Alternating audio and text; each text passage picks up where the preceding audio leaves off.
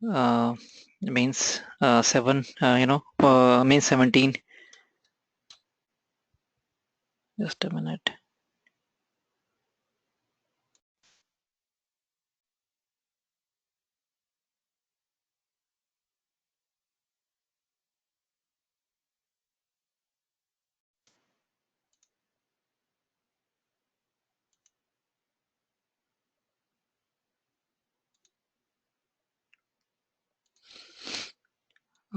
Can some of you raise his hands again, because some error came, so I'm not sure whether you can hear me. Okay, thank you. So in this, uh, you know, session, we'll be discussing the main 17 exam. So I was going through the question paper in the morning, and don't know.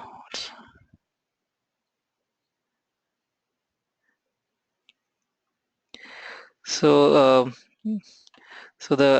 I see the quality of the questions in this paper. So I would not rate this, at the level of mains. So definitely it is difficult than uh, the mains exam. So maybe I would rate it more like a advanced kind of paper. At least there are maybe 10 more than 10 questions which are I would rate them at of the advanced level.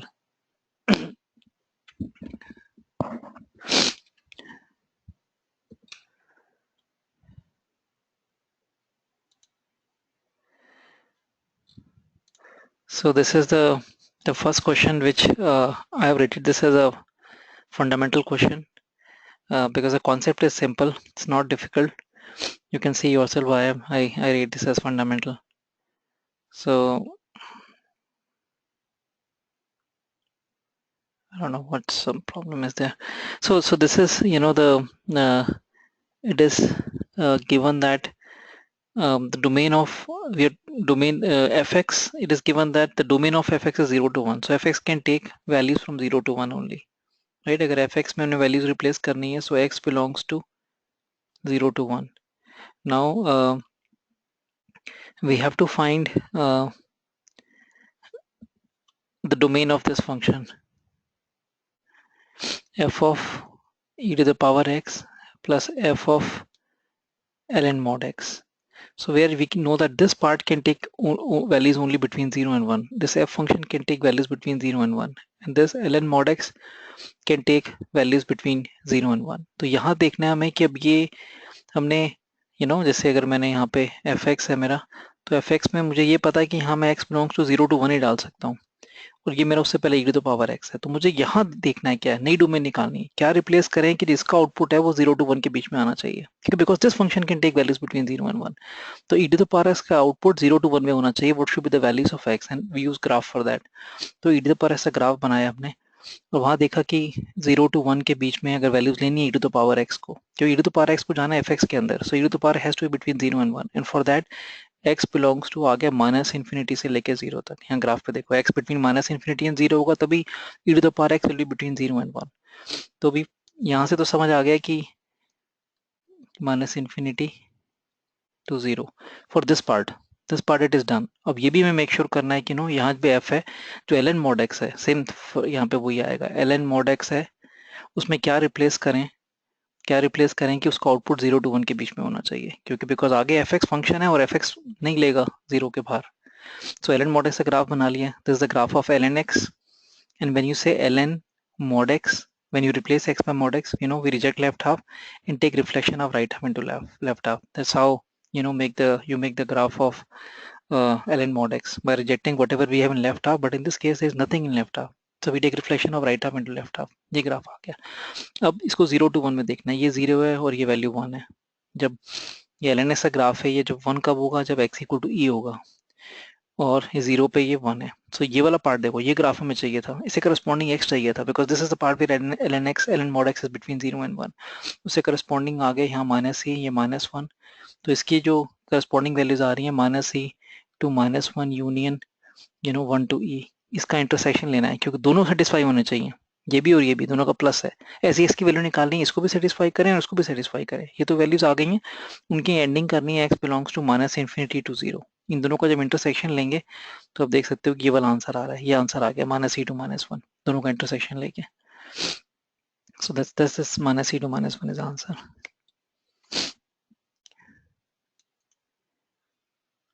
So this is I don't know, it's behaving in a weird way.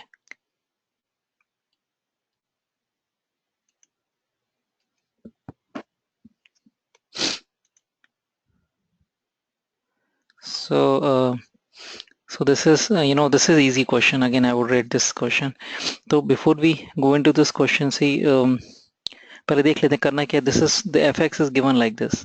fx is mod of x to the power 2n plus 1 है. इसको मैं ऐसे लिख सकता हूँ x to the power या x to the power 2n into x का mod, and then mod of ab is mod a into mod b, mod of x to the power 2n into mod x. और इसको तो मैं लिख सकता हूँ, mod हटा सकता हूँ, बिकॉज ये तो एक्स स्क्वायर की nth पावर है, या एक्स टू द पावर कैसे भी समझ सकते हैं, पॉजिटिव है कम्प्लीटली, या x to the power n की का स्क्वायर है कैसे भी, और उसका मॉड लिया तो completely positive, no role of mod sign, so it is x to the power 2n into mod x, ये फंक्शन है. अब ये आइडिया आपको होना चाहिए कि मॉड एक्स फंक्शन तो नॉन डिफरेंशिएबल है जीरो पे, कॉन्टिन्यूस है लेकिन नॉन डिफरेंशिएबल है. लेकिन वहीं अगर आपने कई बार किया होगा एक्स मॉड एक्स है, एक्स मॉड एक्स को अगर आपने कई बार पहले किया है तो एक्स मॉड एक्स क्या होता है, equal to x square when x is less than zero, sorry when x is greater than zero, जो उसी तरह का फंक्शन है, बस एक्स स्क्वायर की जगह एन टू एन पावर हो गई है, टू की जगह टू एन पावर है, और x less than zero, x greater than zero, for x less than zero it is minus x square, right. तो ये फंक्शन डिफरेंशिएबल आता ही है कि इसका लेफ्ट हैंड डेरिवेटिव देखेंगे तो डायरेक्टली डिफरेंशिएट कर सकते हैं, वो 2x है, x इक्वल टू जीरो पे जीरो आ रहा है, क्योंकि यहाँ पे डेरिवेटिव वन है, left hand right hand derivative, left hand derivative -1 है, अनइक्वल है, that's why function is not differentiable. But लेकिन साथ में अगर आप मॉड एक्स के साथ एक्स मल्टीप्लाई कर दोगे तो डिफरेंशिएबल बन जाता है, स्मूथ हो जाएगा ओरिजिन पे. देखो यहाँ पे जैसे आ गया, क्यों, बिकॉज ऑफ पावर डिग्री बढ़ गई है, इसका डेरिवेटिव लिया -2x है, और जब x equal to zero replace करेंगे तो फिर जीरो हो गया, तो left hand derivative zero, right hand derivative zero. तो ये फंक्शन इस तरह से हमें याद रखना चाहिए कि फंक्शन डिफरेंशिएबल होता है ओरिजिन पे, बॉड एक्स नॉन डिफरेंशिएबल है लेकिन एक्स से मल्टीप्लाई करके डिफरेंशिएबल हो गया. लेकिन अब ये फंक्शन अगर हम देख रहे हैं तो ऑलमोस्ट सेम टाइप का फंक्शन है. C x to the power x to the power 2n into mod x, तो जरूरत नहीं है सर मैं कर रहा, तो ये कॉन्टिन्यूस फंक्शन है, तो इसको भी मतलब ऐसे कर ले तो बेटर है, x to the power 2n plus 1 when x is greater than 0, x is less than 0 है तो minus x to the power 2n plus 1. और इस केस में हम क्या कर सकते हैं, फंक्शन कॉन्टिन्यूस है, mod function are continuous, this is continuous, two multiplication of two continuous function is a continuous function. तो अगर मैं लेफ्ट हैंड डेरिवेटिव निकालना भी है at x equal to zero, तो हम डायरेक्टली डेफिनेशन को डिफरेंशिएट कर देते हैं, जो कॉन्टिन्यूस फंक्शन है उनको ऐसे हम left hand derivative directly differentiate करके निकाल सकते हैं. तो ये हो जाएगा 2n plus 1 into x to the power 2n, and then we replace x equal to 0 because we have to find derivative at x equal to 0. तो ये 0 आ गया, सेम जो मैंने वहां दिखाया था अब इस फंक्शन पे भी दिखा दिया. राइट हैंड डेरिवेटिव 0 के लिए निकालना है, तो राइट हैंड डेरिवेटिव को राइट हैंड साइड की डेफिनेशन को, सॉरी ये राइट था क्योंकि पॉजिटिव लिया था ना मैं, तो ये राइट था और ये लेफ्ट है, तो minus x to the power 2n plus 1 x equal to 0. जब इसका डेरिवेटिव लिया है तो 2n प्लस 1 आ गया, माइनस ऑलरेडी है x to the power 2n, and then we replace x equal to 0. तो आप देख सकते हैं कि जो मॉड से माइनस आया इसका इफेक्ट खत्म हो गया, क्योंकि अभी भी एक्स बचा हुआ है, जब जीरो डालेंगे तो ये पार्ट जीरो हो गया. हालांकि मॉड ने अपनी तरफ से तो प्रॉब्लम कर दी थी, यहाँ वन आया था, -1 आया था, but because we have more powers of x and at x equal to 0 this part is going to be 0, so that is why left hand derivative is also 0, so both derivatives are 0, so function is differentiable at x equal to 0.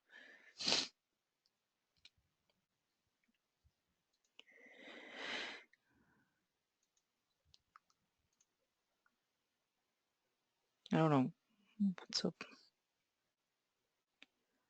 So this software is behaving a little weird. So sorry to bother you again. Can some of you raise their hands to make sure that you can hear me and see the screen?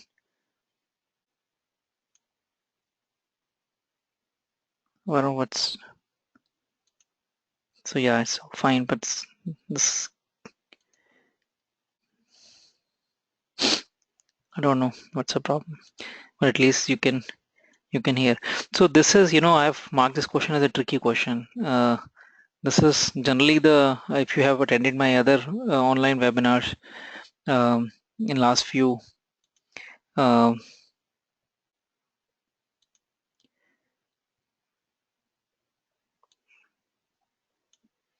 just let me try to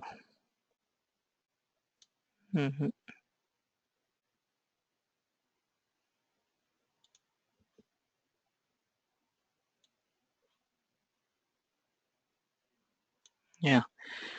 So you know, so if you have seen that the kind of question they ask in mains based on limits are, most of them are generally easy questions, but this one I would not rate that easy, because you know, though let's see, and then we'll see why I rated this as tricky.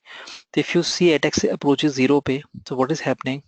So expression is little tedious. 1 divided by 1 की power है 1 divided by sine square x, और फिर 2 की power में 1 divided by sine square x है. So this power is same with every, you know, natural number.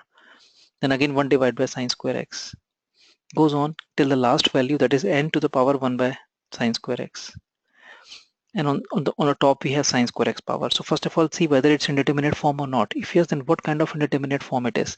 So as x approaches 0, तो 1 की जो पावर है वो इन्फिनिटी जा रही है, 2 की पावर भी इन्फिनिटी जा रही है, तो ये सारी पावर्स नेचुरल नंबर्स पे इन्फिनिटी जा रही है as x approaches 0. So this whole base is approaching infinity. This whole base is approaching infinity. At the same time, power is approaching 0. So base approaching infinity and power approaching 0 is an indeterminate form. You know that. Out of the 7 indeterminate forms we have, this is one of them. You know the indeterminate forms. The most basic one is approaching 0 into approaching infinity, and then approaching 0 by approaching 0, approaching infinity by approaching infinity, and then infinity minus infinity, and then you know base approaching 1, power approaching infinity के तो typical question in पे होते ही हैं. फिर इस पे question होते हैं बेस अप्रोचिंग 0, पावर अप्रोचिंग 0 पे, और base approaching infinity, power approaching 0. ये दो और इंडिटरमिनेट फॉर्म है जिन पे कम क्वेश्चन मिलते हैं आपको. इंडिटरमिनेट फॉर्म का मतलब वर्कआउट करना ही पड़ेगा, इधर you do with the formula और एलएच रूल और you know by expansion, these are the ways. अब इसमें तो पहले एल, अब ये पावर में जनरली इस केस में ई की पावर में लिख लेते हैं या लॉग ले लेते हैं दोनों साइड का. तो लॉग लेना बेटर है, क्योंकि इतना इतना बड़ा एक्सप्रेशन है कि पावर में लिखने की बजाय, तो इसको मैं अगर एल मानता हूँ, दोनों साइड का मैंने लॉग ले लिया, तो ये आ गया log of L equals to sin square x will come. And also what we can do, everywhere the same expression of x is there, sin square x, हर जगह sin square x आ रहा है, so it's advisable to you assume sin square x equals to t. पहले भी ये question में discuss किया था, वहाँ यही किया था हमने. Doesn't make sense to you know, जो एडवांस के मैंने पेपर डिस्कस किए थे उनमें था कि हर जगह साइन स्क्वायर एक्स ही है, तो साइन स्क्वायर को टी मान लेंगे, और एज एक्स अप्रोचेस 0 पे टी अप्रोचेस 0 ही है, सो लिमिट टी की फॉर्म में कर लिया. एक्स अप्रोचेस 0 होगा तो साइन स्क्वायर एक्स अप्रोचेस 0 है, so T approaches 0, T approaches 0, बाहर टी आ गया लॉग लेके, और यहाँ लॉग यहाँ है अब पूरे एक्सप्रेशन का यू नो लॉग, यहाँ पे है 1 to the power 1 by t plus 2 to the power 2 to the power 1 by t, ऐसे है 3 to the power 1 by t goes on, and finally we have n to the power 1 by t. So now it is 0 into infinity indeterminate form after taking log. ये part 0 approach कर रहा है और ये part infinity है. तो generally एक अगर आप इस तरह से टिपिकली हम ऐसे करते हैं, अगर हमारे पास x log x की लिमिट होती है, x log x limit x approaches 0 की, तो ये सेम टाइप है किया हुआ आपने. अगर यहाँ पे ये पार्ट 0 अप्रोच कर रहा है और log x अप्रोच कर रहा है माइनस इन्फिनिटी, तो ये 0 into infinity की इंडिटरमिनेट फॉर्म है. The way we work it, we write log x over 1 by x. Now it is infinity by infinity, and we apply LH rule. Here we apply LH rule. Derivative of log x is 1 by x, and derivative of 1 by x is minus 1 by x square. ये minus x आ गया, and then we replace x equal to 0 to get 0.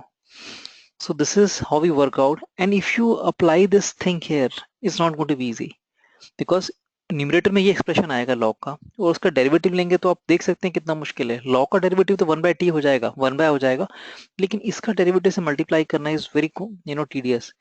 तो यहाँ पे जो हम idea लगा रहे थे वो एलएच रूल के बगैर हम आइडिया लगा रहे हैं इसमें. Let's see how we can do that. So what we do in this question में, क्योंकि एक्सप्रेशन इस तरह का है ना, ये इसमें अगर हम समझ लो कि अंदर हम वर्कआउट कर रहे हैं, पहले लिमिट टी अप्रोच 0 टी है, so I take n to the power 1 by t common, क्योंकि एक तरीका वो भी होता है इन्फिनिटी वाली इंडिटरमिनेट फॉर्म में, कि जैसे यहाँ पे x plus x square divide by, जैसे ये सिंपल से 1 plus x square limit x approaches infinity 1 plus x square over 1 minus x square. So it is infinity by infinity indeterminate form, तो उसमें इन्फिनिटी को हम डिनोमिनेटर में ले जाने की कोशिश कर लेते हैं. We divide n d by x square, तो इससे इन्फिनिटी की जो प्रॉब्लम आ रही थी वो सॉल्व हो गई, because infinity goes in denominator, infinity goes in denominator, it approaches 0, so problem is solved. So यहाँ पे ये अप्रोच हम करेंगे instead of LH rule. So what we do, we take n to the power 1 by t out, and inside we have 1 by n to the power 1 by t, ये आ जाएगा plus 2 by n to the power 1 by t. और ये कई बार करते भी हैं, ऐसे कोई नई बात नहीं, नया स्टेप नहीं है। हाँ, एग्जाम में बैठ के नहीं है, एकदम हो सकता है कि आप एलएच रूल में करने लग जाएं, और जब तक रियलाइज करें टाइम ही खत्म हो जाएगा। ये क्या आएगा, n minus one by n to the power 1 by t, and finally you taken n to the power 1 by t common, so plus 1 है यहाँ पे ये। तो अगर आप देखेंगे तो हम ये अब हो गया क्वेश्चन। अब then what we do in the, अभी आप यहाँ देखेंगे तो मैं आई कैन अप्लाई फॉर्मूला कि log a into log b, log a b is log b। तो ये आ गया t बाहर है, राइट। तो log ऑफ, ये आ जाएगा log of n by t plus, मैंने log of 1 by n to the power 1 by t plus goes on ऐसे 2 by n to the power 1 by t goes on, और last में 1 है। Now you can see all these parts are approaching zero as t, uh, just a minute, yeah,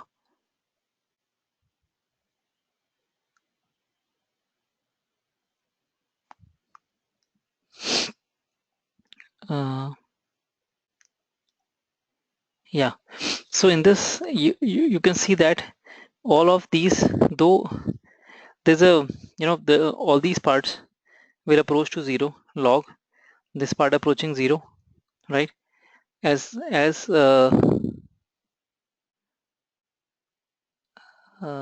just a minute, yeah. Um, oh, see, so if I say 0.5 to the power n, limit n approaches infinity, you know that, तो क्या होगा, ये zero होता है, क्योंकि because अगर base 1 से कम है, जैसे फॉर एग्जांपल हाफ है, यहाँ ये दोबारा एग्जांपल समझा रहा हूँ, और पावर इन्फिनिटी अप्रोच कर रही है, इसको ऐसे लिख लिया 1/2 to the power approaching infinity, आपने डिनोमिनेटर में चला गया इन्फिनिटी, तो ये जीरो अप्रोच कर गया, ऐसे हो जाता है। हाँ, अगर अगर वो हाफ की जगह 2 है अप्रोचिंग इन्फिनिटी, तो ये इन्फिनिटी अप्रोच कर रहा है, पहले ऐसे हो रहा था, क्योंकि ये सारी क्वांटिटी 1 से ज्यादा थी ये, और पावर में इन्फिनिटी, तो सारी इन्फिनिटी टर्म बन रही थी, हमने जैसे इसको फ्रैक्शन बना दिया, 1 से कम कर दिया इन सबको, और 1 से कम के ऊपर पावर इन्फिनिटी जा रही है, देखो 1 से कम है, पावर इन्फिनिटी जा रही है, सारे एक्सप्रेशन जीरो हो गए, इसलिए ये मैं जैसे मैंने यहाँ समझाया है कि अगर 1 से कम क्वांटिटी है, पावर इन्फिनिटी है, तो सारे एक्सप्रेशन जीरो हो गए। When all this expression, can you wait for a second, somebody is at the door, I have to go and check, wait।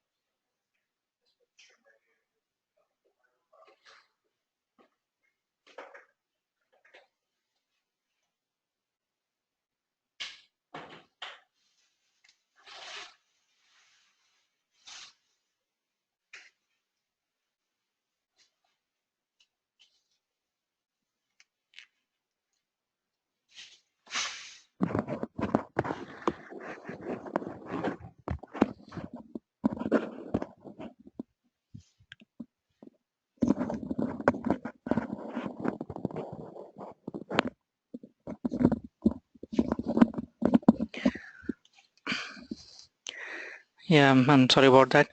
So this all these terms are zero. This only leftover part is one here, and log one is zero.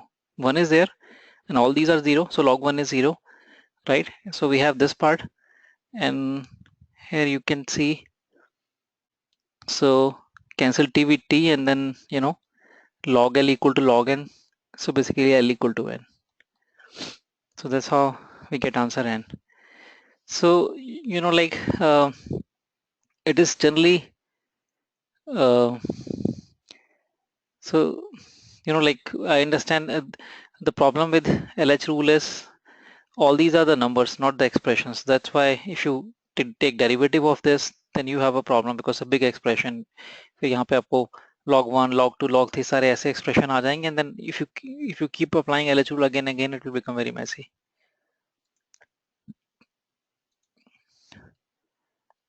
So this is again, I've marked this question as a tricky, though we have to differentiate this, and I've discussed similar question before also, but the form in which we have to bring in is little tricky. So it says that fx is given x plus 10x and f is inverse of g, right? F is inverse of g. So fx and gx are basically inverse functions of each other. The inverse function एक दूसरे के. F is inverse of g.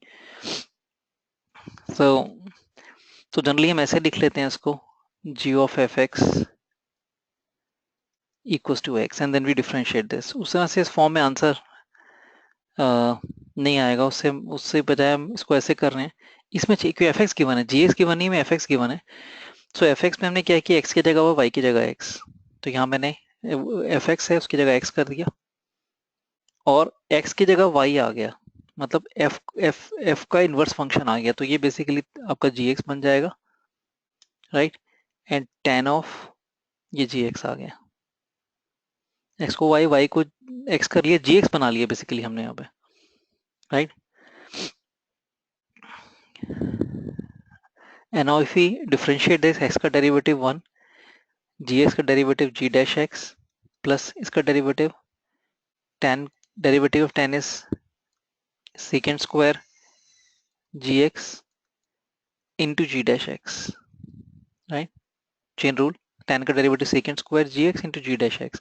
Now where we get g dash x equals to 1 over 1 plus, I'm taking this in denominator, 1 plus secant square gx. Right, and अगर आप choices के form में answer लाना है, यहाँ जी एक्स तो है लेकिन यहाँ सेकेंड स्क्वायर है, so what we do to bring answer in this form, so in the form of gx, so we can replace the value from here, see यहाँ से.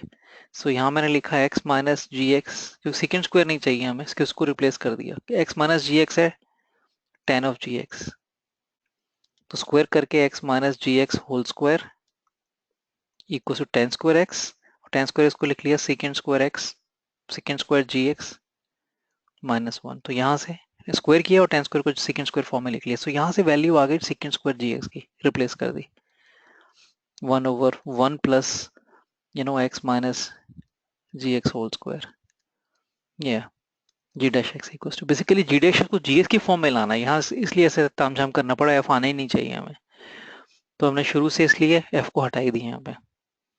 f को हमें gx बनाने के लिए ये इनवर्स फंक्शन है, राइट?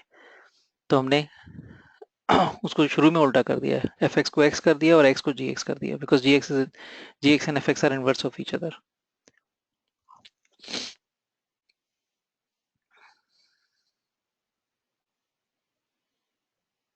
हो सकता है इस तरह से करेंगे शायद, तभी करके देखना, but this is I thought of this, तो मे बी इसको डिफरेंशिएट करके अगर करना है तो शायद उससे भी हो सकता आ जाए, G dash F x into F dash x equals to 1 है, फिर जी डैश एफ एक्स आ रहा है यहाँ पे over 1 over F dash x, and ये है 1 प्लस सेकेंड स्क्वायर एक्स, तो फिर उसको इनवर्स रिप्लेस करना है उसका, एक्स को, या वो इनवर्स रिप्लेस कर दो, एक्स को एफ इनवर्स एक्स से रिप्लेस कर दिया आपने, एक्स को एफ इनवर्स एक्स से रिप्लेस करेंगे तो ये आ जाएगा जी डैश एक्स कि एक्स को एफ इनवर्स कर दिया, एफ इनवर्स एफ एक्स हो गया, और 1 प्लस यहाँ पे सीकेंड स्क्वायर, और इन एफ इनवर्स एक्स आएगा, f inverse x is g x. तो देखो उसी जगह पे आ गए हम। तो इस तरह से भी कर सकते हैं कि आपने पहले डेरिवेटिव ले लिया इसका, जो गिवन एक्सप्रेशन था, ऐसे ये आपने ऐसे डेरिवेटिव लेके इसका ऐसे लिखा, फिर डेरिवेटिव लिया, डेरिवेटिव लेके ऐसे लिखा आपने, और फिर एफ डैश एक्स की वैल्यू रिप्लेस कर दी यहाँ पे, राइट। और फिर लाना हमें जी एक्स के फॉर्म में था, तो एक्स को हमने, और ऐसे भी यहाँ एफ एक्स नहीं चाहिए हमें, एक्स चाहिए, तो एक्स को हमने एफ इनवर्स एक्स से रिप्लेस कर दिया।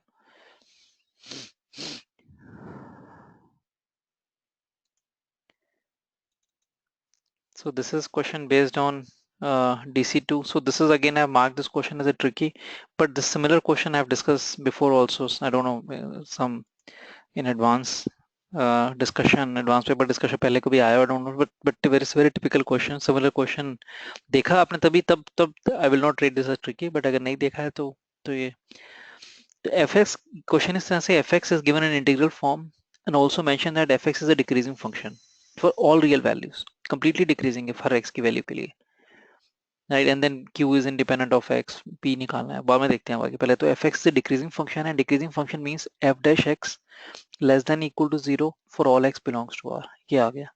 The moment you do this, f dash x less than equal to 0 for decreasing for all x लिए, decreasing for all x है, डिफरेंशिएट किया, डेरिवेटिव लेंगे तो इसका ये तो इंटीग्रल डेरिवेटिव कैंसिल हो गया, minus of cos to the power plus sine to the power 4 है, उसको लिख लिया 1 minus 2 sine square x cos square x, formula लगा के sine to the cos to the power plus 4 sine to the power 4 can be written like this. और ये तो इसका जो डेरिवेटिव होगा वो तो एक्स का डेरिवेटिव 1, तो आ गया p q minus q square minus 1, ये लिख लिया, which we can further write as, इसको भी ऐसे लिख लिया हमने 2 से मल्टीप्लाई डिवाइड करके, ये आएगा हाफ साइन स्क्वायर 2x, मैंने कंबाइन कर लिया साइन टू थीटा का फॉर्मूला लगा के, minus minus plus, and then we have pq minus q square minus 2, yeah, this, right, this is f dash x. Now it is given that f dash x is less than equal to 0 for all x belongs to R. अब यहाँ जो हम result apply करते हैं वो इस तरह का रिजल्ट है, suppose we have to show some, ये मैं I will come back to this, मैं रिजल्ट समझा रहा हूँ, एफ एक्स मुझे शो करना है ग्रेटर देन 0 है for all x belongs to a comma b, suppose. So what I do, one way to show is this, to show this, to show this, show और take this, अगर ये लेना है तो कि absolute minimum of fx in a comma b is greater than 0, greater than equal to मान लेते हैं, ग्रेटर जो भी मतलब है वहाँ इक्वल टू, यहाँ पे हमने ये शो किया, अगर फंक्शन को कंप्लीटली अबव दिखाना है या पॉजिटिव दिखाना है, या कुछ और नंबर भी हो सकता था, अभी 0 लिया है, फंक्शन को कंप्लीटली पॉजिटिव दिखाना है, तो हम ये कह देते हैं उसका मिनिमम, जो एब्सोल्यूट मिनिमम है वो पॉजिटिव है, कि ग्रेटर देन इसको जनरली कर लेते हैं, m की 0 की जगह m ले लिया, तो यहाँ m आ जाएगा, कि एक m वैल्यू से ज्यादा एक फंक्शन कंप्लीटली ज्यादा है, तो अगर उसकी एब्सोल्यूट मिनिमम को ज्यादा दिखा देंगे, बाकी सारे पॉइंट तो ऊपर होंगे ही, we just show that absolute minimum of function is in this interval in a comma b is greater than 0, minimum value को हमने पॉजिटिव शो कर दिया, greater than 0, greater than m show कर दिया, तो फंक्शन तो कंप्लीटली ग्रेटर देन m हो गई। उल्टा ही क्या होगा इसका, कि हमें शो करना है function is completely below a value m, fx less than equals to m है फॉर से x belongs to a comma b, a comma b के अंदर फंक्शन m से कम है, तो हमने कहा जो उसकी मैक्स वैल्यू है, मैक्स ऑफ fx, मैक्स कहाँ पे, a comma b के अंदर, वो m से कम है, क्योंकि मैक्स वैल्यू m से कम होगी, तो ये देखो मैक्स वैल्यू अगर ये हमने शो कर दिया ये m से कम है, तो बाकी सब तो m से कम होगा ही होगा, अगर मैक्स को कम शो कर दिया तो बाकी तो कम होगा ही होगा, so we show the max value less than m, and if max value is less than m, all other values will be less than m. So तो यहाँ पे हमने, अब हमें ये एक्सप्रेशन कंप्लीटली नेगेटिव शो करना है for all x belongs to R, तो इसका अब इसका जो मैक्स होगा, max of half sine square x sine square 2x plus p q minus q square minus 2 is less than equal to 0, ये जो मैक्स वैल्यू ले ली हमने, इसकी जो मैक्स होगी, कहाँ मैक्स कहाँ देखना है, x बिलोंग्स टू R में, वो लेस देन इक्वल टू 0 होगा। और मैक्स वैल्यू नेगेटिव है तो पूरा फंक्शन तो नेगेटिव होगा ही। सबसे ज्यादा वैल्यू नेगेटिव है तो पूरा फंक्शन तो नेगेटिव होगा। और इसकी मैक्सिमम वैल्यू तो कांस्टेंट है, इसकी मैक्सिमम वैल्यू लेनी है। इसकी मैक्सिमम वैल्यू कितनी होगी, 1 होगी। तो मैक्स वैल्यू अगर आसान हो गया ना, साइंस स्क्वायर 2x लिखा तो मैक्सिमम वैल्यू सीधा हाफ आ गई। Half plus p q minus q square minus 2, ये लेस देन इक्वल टू 0 होना चाहिए। ये लेस देन इक्वल टू, इसको हमने लिख लिया q square minus p q, और ये minus plus 3/2 greater than equal to 0 होना चाहिए ये। और यहाँ पे फिर हमने देख लिया इसका जो अब ये इसमें q can take any, q belongs to R given है, क्वाड्रेटिक वाला एक्सप्रेशन हो गया। ये ग्रेटर देन इक्वल टू 0 होना चाहिए for q belongs to R. तो पी क्या होगा, इसका D less than equal to 0 कर देंगे, right? You know that if you have to show an quadratic expression completely positive, right, for all belong or for q belongs to r is d less than equal to 0. So p square minus 6 less than equal to 0. So p belongs to minus √6 to √6, जो भी answer आएगा, right, यहाँ से। तो ये कोई answer match नहीं कर रहा तो नन ऑफ दीज है। सो जो कॉन्सेप्ट इसमें देखिए this is something you can not do in exam if you have not done this before. और रिजल्ट ये याद रखना है आपने कि पूरे फंक्शन को पॉजिटिव शो करना है या किसी एक वैल्यू से ज्यादा शो करना है तो मिनिमम वैल्यू को ज्यादा शो कर दो, और अगर लेस शो करना है तो उसकी मैक्सिमम वैल्यू को लेस शो कर दो।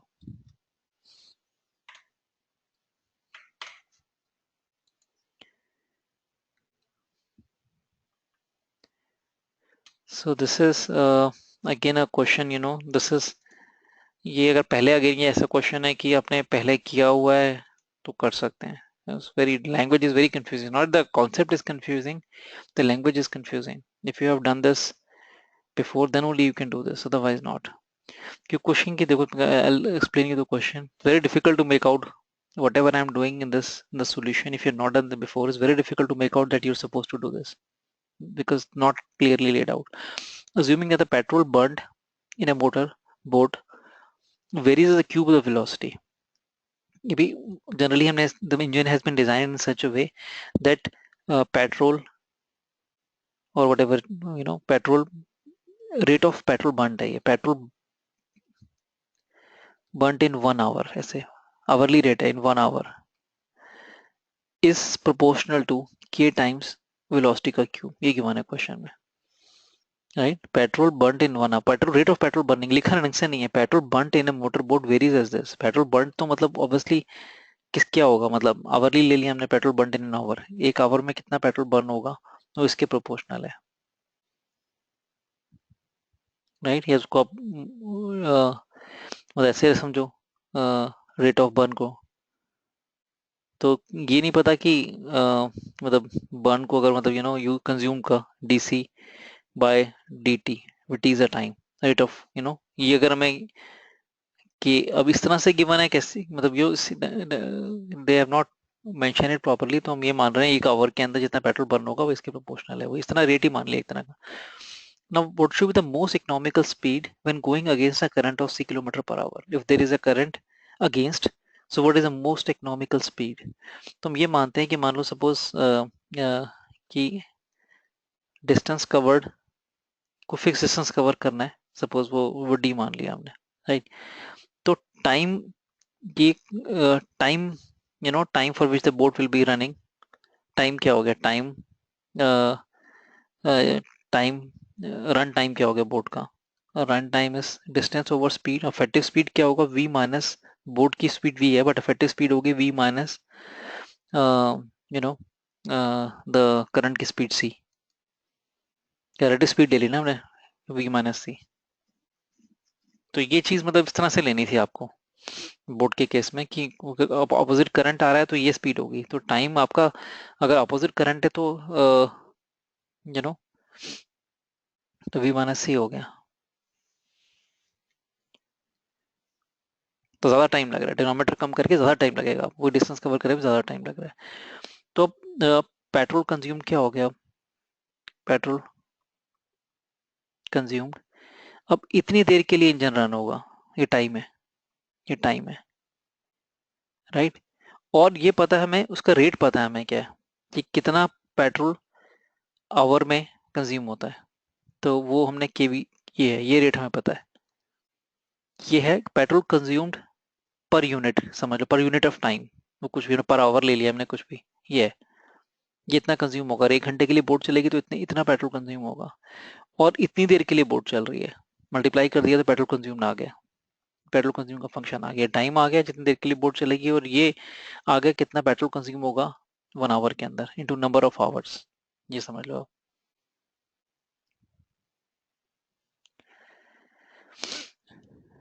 Right, and then we have to minimize it, तो इसको डिफरेंशिएट कर देंगे फंक्शन को, फंक्शन ये v इसमें वेरिएबल है वेलोसिटी v माइनस सी, और इनको नया कांस्टेंट डाल देते हैं d इंटू के को, तो कुछ मतलब के dash V cube divide by v minus C का डेरिवेटिव लेना है आपने इसका, f डैश v लेना है, तो v minus c whole square derivative numerator is के keeping k dash outside 3v square into v minus c minus taking v cube constant into 1, तो यहाँ से आ जाएगा, राइट, तो डरे जीरो करेंगे v कॉमन लेके तो आ रहा है, सो v स्क्वायर ही कॉमन ले लिया, 3v माइनस सी माइनस v, तो ये आ गया 2v minus 3c equal to 0, तो ये आ गया v इक्वल टू 3c/2 आ रहा है, तो ये थोड़ा कंफ्यूजिंग था बनाना।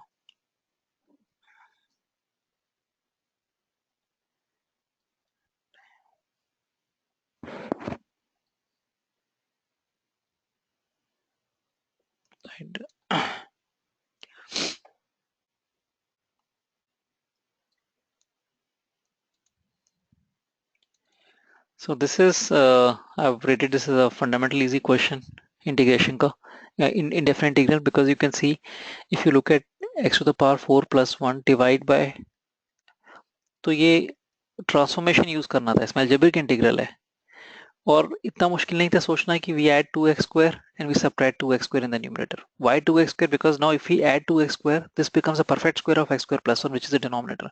And you know, it's a theory that we make denominator and numerator. You try to make denominator and numerator a part of denominator and numerator, and then split integral into multiple integrals. ये तो fundamental concept है transformation का.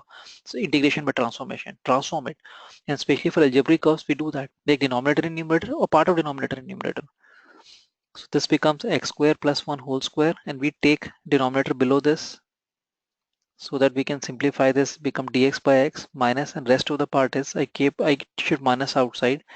I have 2x, x cancel कर दिया, ये रह गया x square plus 1 whole square dx, ये फॉर्मूला बन गया सीधा, ये फॉर्मूला ये बन गया f dash x by fx to the power n। नहीं याद किया फॉर्मूला तो याद जरूरी होना चाहिए ये, कि ये फंक्शन की पावर n है और उसका डेरिवेटिव यहाँ पे है, सो it is 1/1 minus n fx to the power n minus 1, ये प्लस सी, ये फॉर्मूला आ जाता है, डायरेक्ट फॉर्मूला हम ये यूज करेंगे, तो यहाँ हो गया 1/1 minus 2 into x square plus 1 to the power 2 minus 1, ये प्लस सी, और यहाँ से आएगा आंसर जो भी, मतलब यहाँ से ln x है तो 1/x है तो ln mod x plus this, right, और ये माइनस था, सॉरी यहाँ पे, यहाँ माइनस था एक, ये माइनस था, मिस कर दिया मैंने, माइनस माइनस ये प्लस हो जाएगा ऐसे, राइट, तो यहाँ से a1 आ रहा है, कंपेयर करेंगे इससे a1 एंड b1, दोनों 1 आ रहे हैं, so D choice.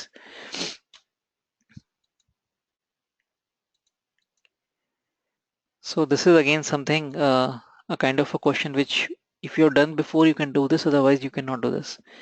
कि value of this integral निकालना है, definite integral, you cannot do this. You cannot do this with using the properties, because there's a specific method to do this. How we do this? We इसको alpha का function है, because x तो eliminate हो जाएगा, because definite integral है, तो मैंने इस फंक्शन को f अल्फा मान लिया. Let f alpha equals to 0 to 1 x to the power alpha minus 1 divide by ln x dx.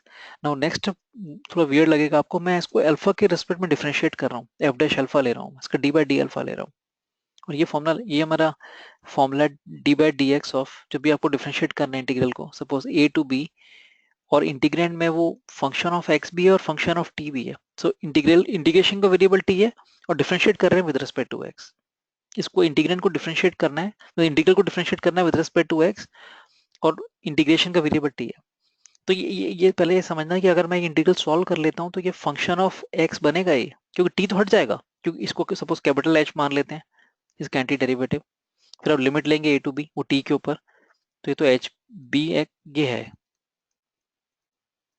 ये है, इसको मैं डिफरेंशिएट कर रहा हूँ डी बाई डी एक्स। लेकिन ऐसे नहीं कर सकते कि उसको इंटीग्रेट नहीं कर पा रहे हैं हम, इसलिए तो हमारा फॉर्मूला है कि आप इसका फॉर्मूला ये है, इसको अगर आपने डिफरेंशिएट करना है तो फॉर्मूला अप्लाई करेंगे। ऐसे करने की वजह फॉर्मूला कहता है कि ए टू बी, आप इंटीग्रल बाहर रहने दो, फिक्स है, आप D by D x integrand का ले लो, you differentiate integrand, you differentiate integrand, when you differentiate integrand with respect to x, take t constant, taking variable of integration constant, जो भी variable of integration था उसे constant मान के differentiate integrand, ये कर लो आप। instead of differentiating integral, you differentiate integrand, and when you differentiate integrand, take variable of integration constant। तो यहाँ भी मैंने किया, इसको differentiate करना है मुझे with respect to alpha, d by d alpha, तो x की जगह alpha है यहाँ पे 0 to 1 x to the power alpha minus 1 divided by ln x dx. So instead of differentiating integral, I take integral inside, the integral. I take derivative inside the integral. But limits constant होनी चाहिए, ध्यान रखना, 0 to 1 है। इसको differentiate करूंगा with respect to alpha, और x को constant मानना है, x को constant मानना है, डिनोमिनेटर एज इट इज रह जाएगा। ऊपर जो अब डेरिवेटिव लेना है, अब A to the power x के डेरिवेटिव का फॉर्मूला लगेगा, ध्यान रखना। A to the power x का डेरिवेटिव का फॉर्मूला जो होता है ए to the power x L N A, क्योंकि बेस कांस्टेंट है, पावर चेंजिंग है। ऐसे ही यहाँ पे अल्फा चेंजिंग है, बेस कांस्टेंट है, with respect to alpha differentiate करना है, एक्स को कांस्टेंट मान के, एक्स कांस्टेंट है, तो फॉर्मूला होता है x to the power alpha into l n x minus 0 d x. ये फॉर्मूला लगा के cancel l n x with l n x, और फिर हमने x to the power alpha को डिफरेंशिएट कर दिया, x to the power alpha plus 1 over alpha plus 1, limit 0 to 1, 1 डालेंगे 1 बाय अल्फा प्लस 1 आ गया, 0 डालेंगे तो 0 हो गया। So what we get is f dash alpha equals to 1 by alpha plus 1। अब इसको इंटीग्रेट कर लिया, f alpha is l n mod alpha plus 1 plus constant of integration. ये कांस्टेंट ऑफ इंटीग्रेशन निकाल सकते हैं, क्योंकि यहाँ पे आप अगर अल्फा को 0 डाल देंगे, राइट, तो या यहाँ से, या अल्फा को आप 0 डाल देंगे तो 0 हो गया ना इंटीग्रल, तो अल्फा को 0 डाल के एफ 0 इक्वल टू 0 आ रहा है, क्योंकि ये 1 माइनस 1 0 हो जाएगा, इसलिए अल्फा को 0 डालने से। तो ये मेरा अल्फा 0 पे ये एल एन 1 प्लस सी, ये 0 है, ये भी 0 है, सी इक्वल टू 0, तो मेरा एफ अल्फा आ गया l n mod 1 alpha plus 1। तो ये चॉइस नन ऑफ दीज होगा फिर। तो ये तो अगर आपने पहले इस तरह से ये क्वेश्चन किया, बहुत ज्यादा क्वेश्चन नहीं, एक दो क्वेश्चन ही बनते हैं इस पे, कि जब इस फॉर्मूले पे बेस्ड है, we differentiate integrand, right, to differentiate integrand, instead of differentiating integrand, we differentiate integrand. Instead of differentiating integral, we differentiate integrand. And when we differentiate integrand, we take variable of integration constant. ये formula main था इसमें। So this one is easy question, I would say, कि x sin x का आपने area bounded निकालना है with x access. तो अगर आप आइडियल लें x sin x का, पूरा ग्राफ ऐसे नहीं, इतना आइडियल लेना है कि जैसे ये x, ये y equal to x line है, ये माइनस x लाइन है, तो साइन एक्स का ग्राफ जनरली जो वेरी करता है वो, अब एक्स एम्पलीट्यूड एक्स डिसाइड कर रहा है उसका, तो जनरली होगा यहाँ से 0 पे 0 होगा, पाई पे भी 0 होता है, 2 पाई पे भी 0 होता है, तो वो तो है तो पूरी साइन साइकिल ही। लेकिन ये कि जब जब ऐसे समझो कि साइन की मैक्सिमम वैल्यू आती है, वो वाई इक्वल टू एक्स पे आएगी। साइन एक्स जब 1 होता है, जो पीक वैल्यूज आ रही है, साइन एक्स जब 1 होगा वो वाई इक्वल टू एक्स पे लाई करता है, और साइन एक्स जब -1 होगा तो y equal to minus x पे लाई करेंगे। पॉजिटिव पीक साइन एक्स 1 जब होगा तो y equal to x line पे होंगी, और जो नेगेटिव पीक्स हैं वो y equal to minus x पे होंगी। तो ग्राफ तो ऐसे ही चलेगा, यहाँ से शुरू हुआ तो ऐसे गया पाई बाय 2 पे, x equal to pi by 2 ऊपर, थोड़ा ये भी पाई बाय 2 है, थोड़ा अगर ऐसे आएगा एक्चुअली।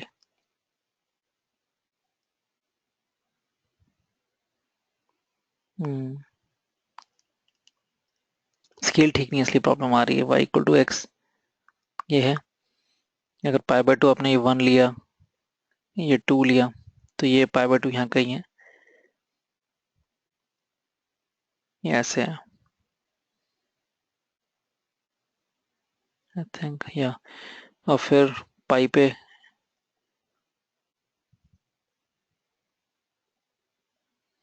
गलती, पाई बाय 2 पे ये 1 है तो x y equal to x है, पाई बाय 2 पे पाई बाय 2 आ रहा है तो इसके ऊपर तो इसके ऊपर जाना नहीं चाहिए, तो ऐसे होगा कि 0 पर 0 है और पाई पे भी 0 है,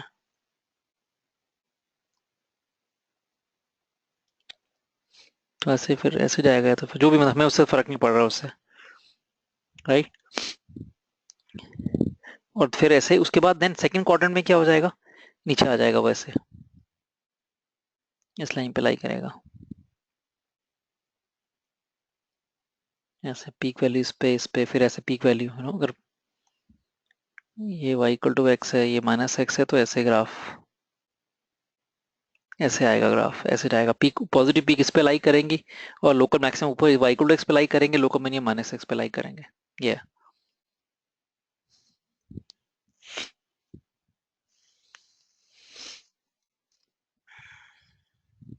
जाएगा तो नीचे से ही, पर confusion ऐसे जाएगा, because x is greater then x sine x, x तो ऊपर ही होना चाहिए,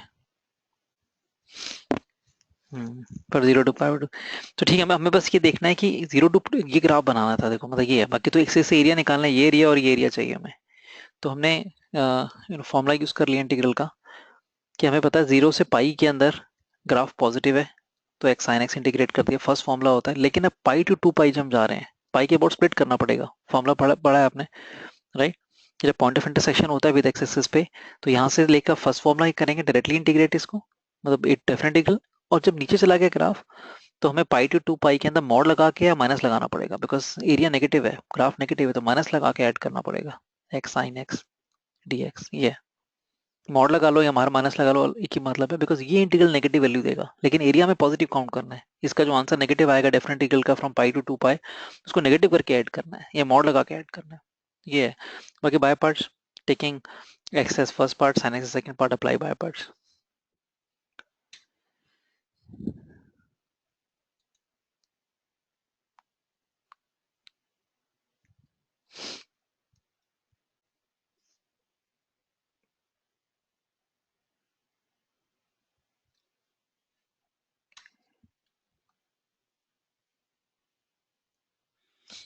अच्छा, yeah, that's what's mistake. I think it will go up. So that's the mistake I was doing. That's why, because x greater than x sin x है, because 0 to 1 के अंदर अगर हम देखेंगे, या 0 to π/2 में, तो यहाँ पे कि ये इस बार छोटा हो जाएगा ऐसे, तो x, सॉरी, हाँ ये इस बार छोटा है, x किस greater than x sin x, ये 0 to 1 में, ये भी 0 to 1 में, तो ये और कम ही हो जाएगा इससे, वो तो ठीक था इससे दिखाया तो, लेस नहीं। Now this is a question based on differential equation, and again, it's a not an easy question, because अगर ऐसा क्वेश्चन है, जैसे फॉर एग्जांपल, कि जैसे जैसे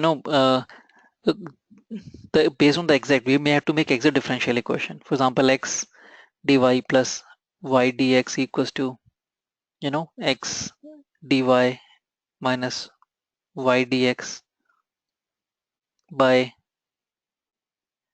एक्स वाई है, उसको ऐसे एग्जैक्ट फॉर्म में बना लेते हैं बाय इंस्पेक्शन लिख के, तो हमने जैसे इसके अंदर फिर ये आगे हमें पता है किसका, sorry, x d x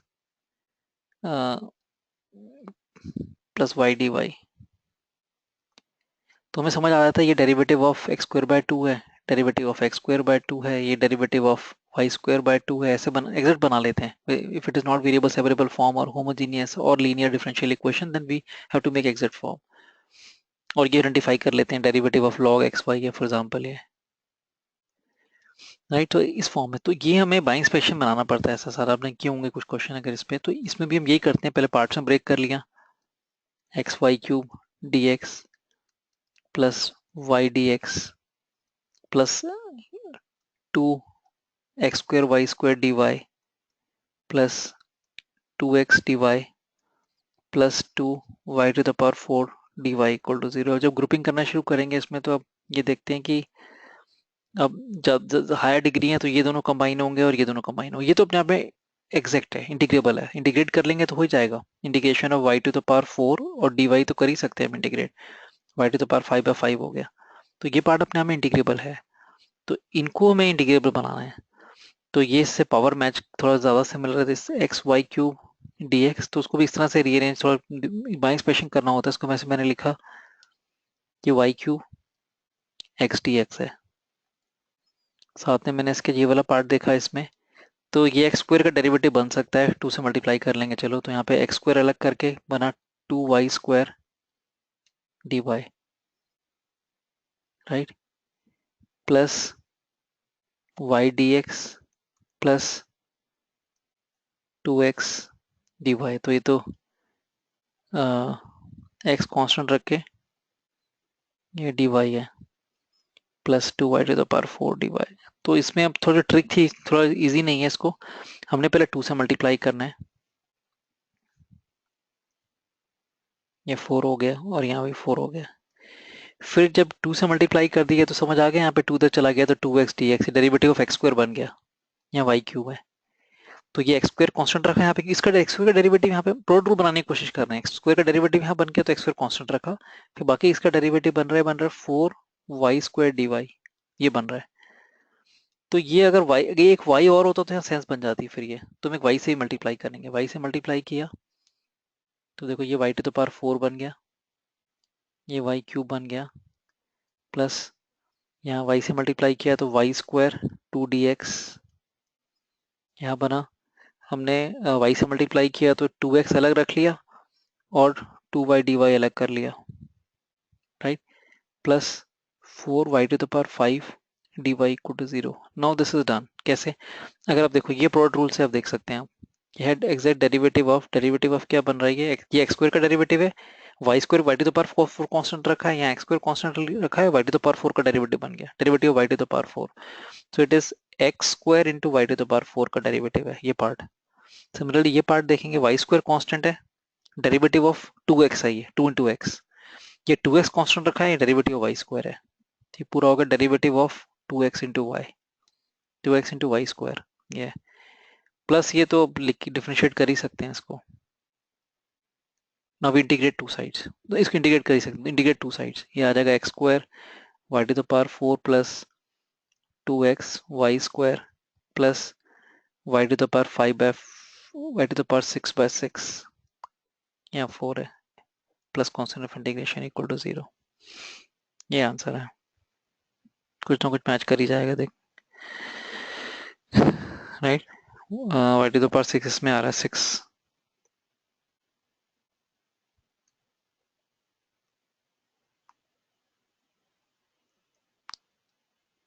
2y⁴ 6 वाला होगा,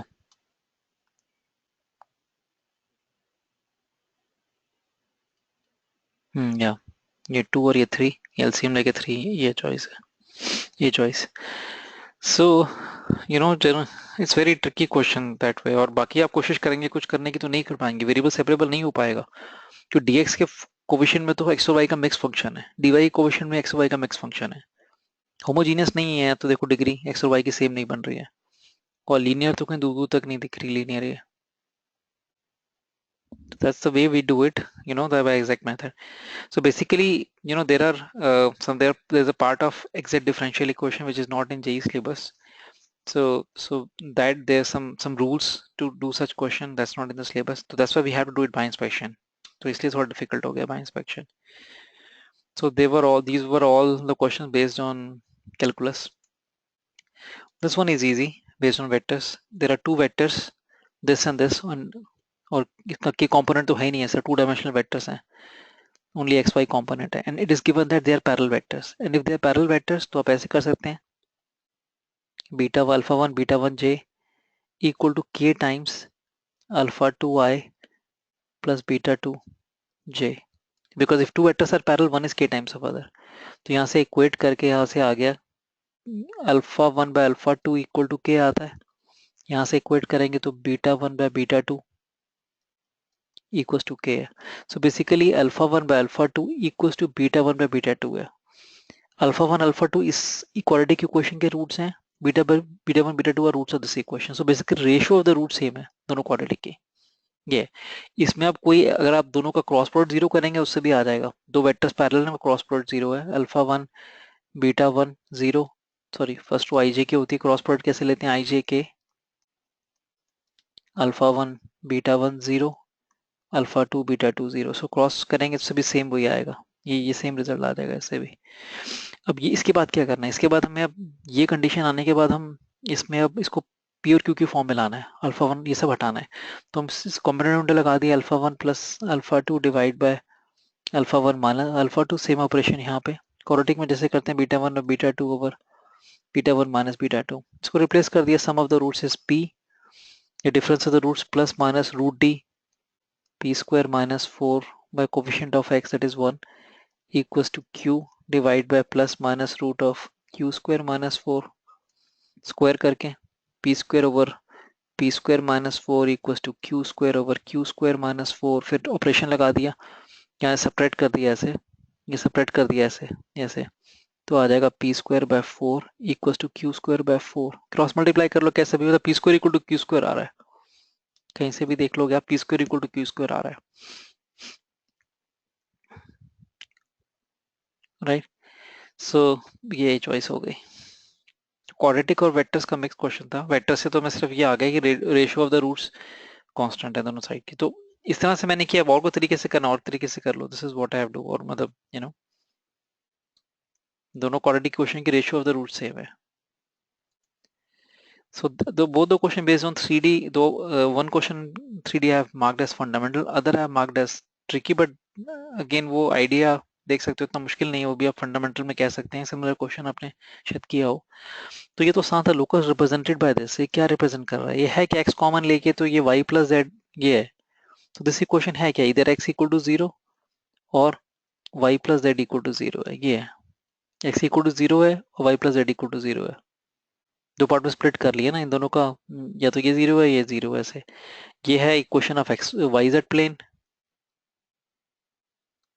वाईजेड प्लेन है, सॉरी वाईजेड प्लेन है because x equal to zero, equation of y z plane है, ये भी प्लेन है basically, linear relationship between x and plane है, तो इक्वेशन ऑफ टू प्लेन्स है, ये पेयर ऑफ पैरेलल प्लेन्स होगा, डायरेक्शन रेशियोज देख लेंगे, अगर सेम है तो पैरेलल प्लेन्स है, परपेंडिकुलर प्लेन्स होगा तो उनके डायरेक्शन नॉर्मल के डायरेक्शन रेशियो देख लेते हैं, अगर वो कंडीशन सेटिस्फाई करेंगे तो उनके जो नॉर्मल्स परपेंडिकुलर होंगे, n1 परपेंडिकुलर टू n2 होगा तो वो परपेंडिकुलर प्लेन्स हैं, n1 पैरेलल टू n2 होगा तो पैरेलल प्लेन्स हैं, तो लाइन सॉरी पैरेलल प्लेन्स तो यहाँ पैरेलल लाइन तो है नहीं, ये तो चॉइस हट गई, तो लाइन तो है ही नहीं, परपेंडिकुलर लाइन की चॉइस तो हट गई है, सी और डी की बात आ रही है, तो अब ये देख सकते हैं इसके नॉर्मल के डायरेक्शन रेशियो क्या है 1 0 0, इसके नॉर्मल के डायरेक्शन रेशियो क्या है 0 1 1, अब ये करोगे a1 b1 plus a2 b2 plus a3 b3 0 आ रहा है, देखो आप नॉर्मल दोनों, ये नॉर्मल के डायरेक्शन रेशियो ये नॉर्मल है और ये दोनों परपेंडिकुलर आ रहे हैं, देखो आप क्योंकि कंडीशन सेटिस्फाई हो रही है, डायरेक्शन रेशियो की कंडीशन सेटिस्फाई हो रही है, a1 b1 plus a2 b2 plus a3 b3 equal to 0, so it means they are perpendicular planes because normals are perpendicular,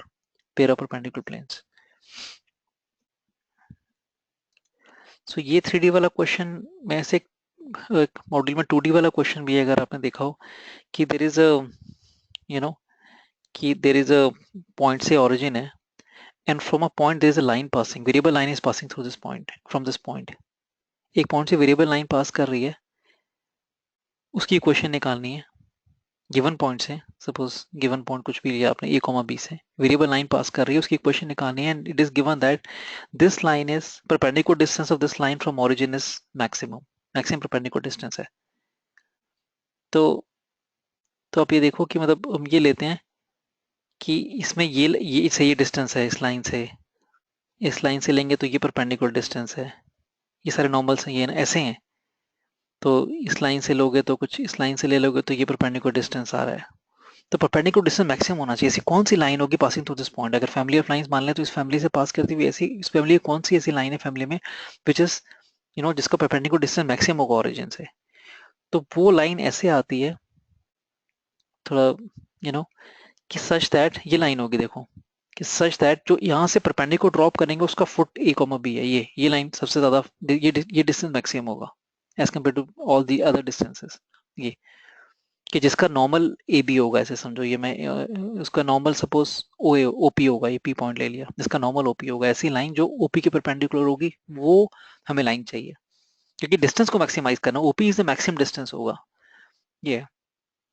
तो मैथमेटिकली भी इसको शो कर सकते हो इसको ऐसे मैक्सिमम मिनिमा से, लेकिन बाइंग स्पेशन भी आ रहा है। तो यहाँ इसी पे बेस्ड था ये क्वेश्चन। अब plane passing through this point, plane अब लाइन की जगह प्लेन कर दिया, अब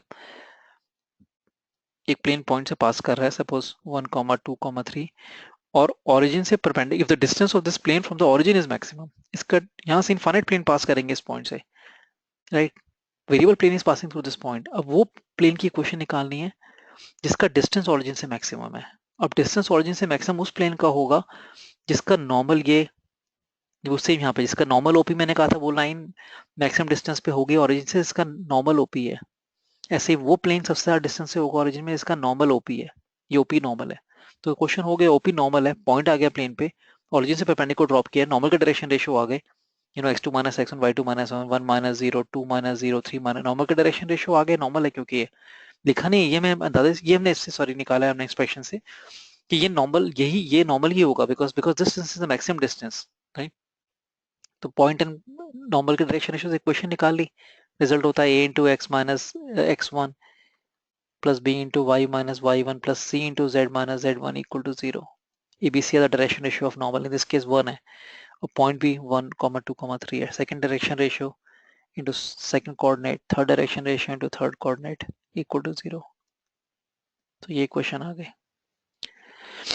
तो सॉल्व करने में बहुत कम टाइम लगा, बस ये इसमें आइडिया, और बाकी भी अंदाजा भी मार के कर सकते थे कि और कुछ गिवन ही नहीं था इस क्वेश्चन में। ये पॉइंट गिवन है प्लेन पे, नॉर्मल कैसे निकालेंगे, तो ऑरिजिन और इनके बीच से दिख ही रहा था कि इनको ज्वाइन करके तो कैसे भी कर सकते थे। So this question I have rated as a tricky question. So from again all these I'm saying tricky question and fundamental, keeping like from mains के point of view से, because number of questions भी काफी हैं। ABC are the cube roots of unity हैं, right? And we have to find the simplified value of this.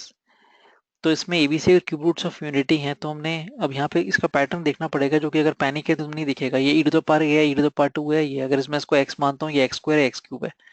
तो e to the power a को हमने अगर सपोज कैपिटल ए ले लिया, e to the power b को हमने कैपिटल b ले लिया, e to the power c को हमने कैपिटल c ले लिया, तो ये ऐसे है a square a cube minus 1, this is b square b cube minus 1, c square c cube minus 1। अब इसमें अब कई तरीके से कर सकते हैं। एक तरीका तो ये क्या प्रॉपर्टी लगाना शुरू कर दें, इसमें से ए माइनस किया, इसमें से ये, देन ए माइनस बी कॉमन ले लिया, इसमें से ए माइनस किया, इसमें से माइनस किया, फिर बी माइनस सी कॉमन लेके वैल्यूएट कर लिया। लेकिन अगर आपने ये इस तरह से कर लेना, मतलब मैंने रो 1 को चेंज कर दिया, मैंने R1 माइनस R2, और फिर रो 2 को चेंज कर दिया R2 माइनस R3। जैसे ये करोगे आप, इसमें से ये ए माइनस बी कॉमन आ जाएगा, इसमें से भी यहाँ से ए माइनस बी कॉमन आएगा, यहाँ से बी माइनस सी कॉमन आ जाएगा, फिर वैल्यूएट कर लेंगे तो बाकी दो फैक्टर आ जाएंगे। तो उतना डिफिकल्ट तो नहीं है वैसे ये क्वेश्चन कि जैसे, राइट।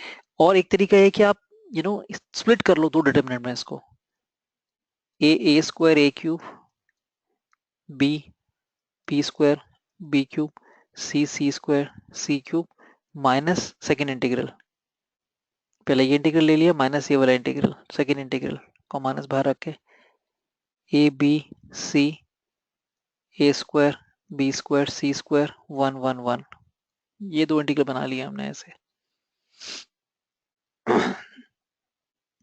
राइट। तो ये थोड़ा इजी पड़ेगा इससे करने से। हमने इसकी प्रॉपर्टी लगा दी ना, अगर डिटरमिनेंट को ऐड कैसे कैसे करते हैं, ये ए बी सी है, यू नो ये D E F G H I for example, ये इसको ऐड करना है, इसमें दो कॉलम सेम है, A B D E G H, यहाँ पे कुछ है सपोज एक्स वाई जेड, तो दो कॉलम सेम है, दोनों सेम होते हैं, ऐसे हम ऐड कर लेते हैं, ये तो कॉमन है, हमने एज इट इज कॉपी कर लिया, A B D E G H, और इन दोनों को हम यहाँ पे ऐड कर लेते हैं, C plus x F plus Y I plus Z, ऐसे। तो उसको हमने इस बार उल्टा लिखा है, इसको स्प्लिट किया दो इंटीग्रल्स में, ये है, यहाँ माइनस था तो माइनस बाहर भी यहाँ आ गया माइनस, तो ये उससे थोड़ा टाइम सेव हुआ, और कुछ नहीं वैसे भी हो रहा था उससे। How we are able to save time, because see now if I can take a common from numerator, so a common from first row, b common from second row, c common from third row, so I have abc outside, inside I have 1 1 1 a square, a b c a square b square C square, ये दोनों integral same ही बन गए, दोनों determinant same ही बन गए। One को तो हम इधर ला सकते हैं, अगर इवन नंबर ऑफ कॉलम, एक कॉलम को इवन नंबर ऑफ कॉलम पे जंप करते हैं तो वैल्यू सेम नहीं होती, अगर ऑड नंबर ऑफ कॉलम पे जंप करते हैं तो वैल्यू माइनस आ जाता है आगे। तो ये सेम ही होगा कि दो कॉलम जंप करके यहाँ ला रहा हूँ मैं इसको, ये। अब ये दोनों सेम है तो इसको हम कॉमन लेके, तो एक हो गया a B c minus one multiply with this determinant, और ये तो मैं इसका फॉर्मूला पता ही होता है मैं क्या, ए माइनस बी, इसका तो रिजल्ट पता ही है, इसको इसको एक्सपेंड करेंगे तो ये आता है, ये तीन फैक्टर होते हैं इसके, इस टिपिकल डिटर्मिनेंट है, इसको याद होना चाहिए, ये इसके इक्वल होता है। तो जो वैल्यूएट करने का जो टाइम बच रहा था वो हमने सीधा फॉर्मूला ऐसे कर लिया, या फिर आपको इसका फॉर्मूला याद है तो वो अप्लाई कर दो, राइट, दैट वे। सॉरी, इसका स्प्लिट तो करना ही पड़ेगा, सॉरी नहीं, कॉमन ये।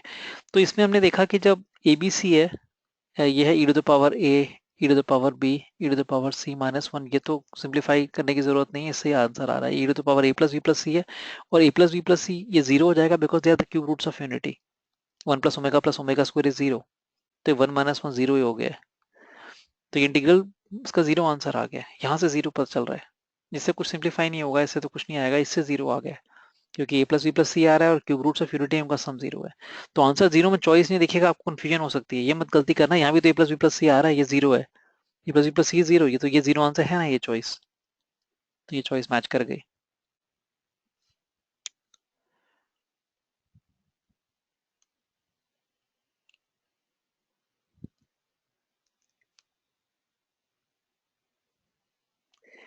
Now, sorry. So this is a question based on matrices. This one is easy question. कैसे, इसमें कुछ खास करना नहीं है इसमें, तो A is a symmetric matrix है, and you know symmetric matrices इसका ट्रांसपोज लेने के सेम आ जाता है, ट्रांसपोज ऑफ मैट्रिक का skew symmetric is A transpose equals to minus A।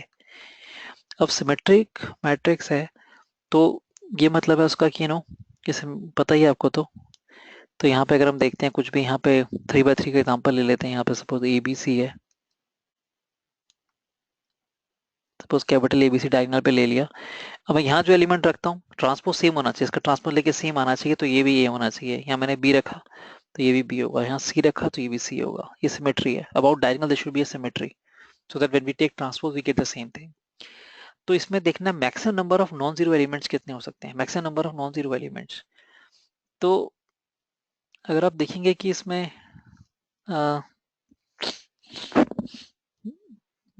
तो सारे इसको मैं नॉन जीरो में, इसको तो मैं नॉन जीरो रख ही सकता हूँ, कुछ भी हो सकता है डायगोनल में, कुछ भी आ सकता है डायगोनल के अराउंड, फर्क नहीं पड़ता।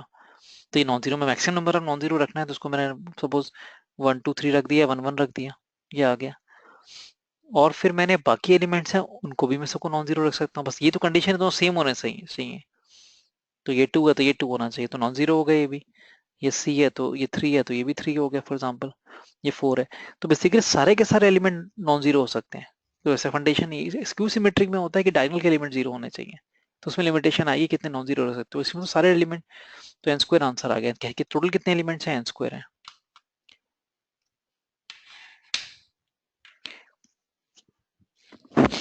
राइट। हाँ, ये क्वेश्चन होता है कि maximum number of non zero elements can be use to form the diagonal, non zero natural number या कुछ maximum number of non zero integers या या whatever can be use to form this. तो फिर हम इसको एक बार काउंट, दो बार काउंट नहीं करते, ये भी 2 है ये भी 2, सेम होना ही पड़ेगा, ये तो सेम ही है। Maximum number of distinct natural numbers can be use to form this, तो ये एक ही बार काउंट करेंगे। तो फिर ये काउंट करते हैं और ये अपर वाला एलिमेंट काउंट करते हैं, ऐसे करते हैं।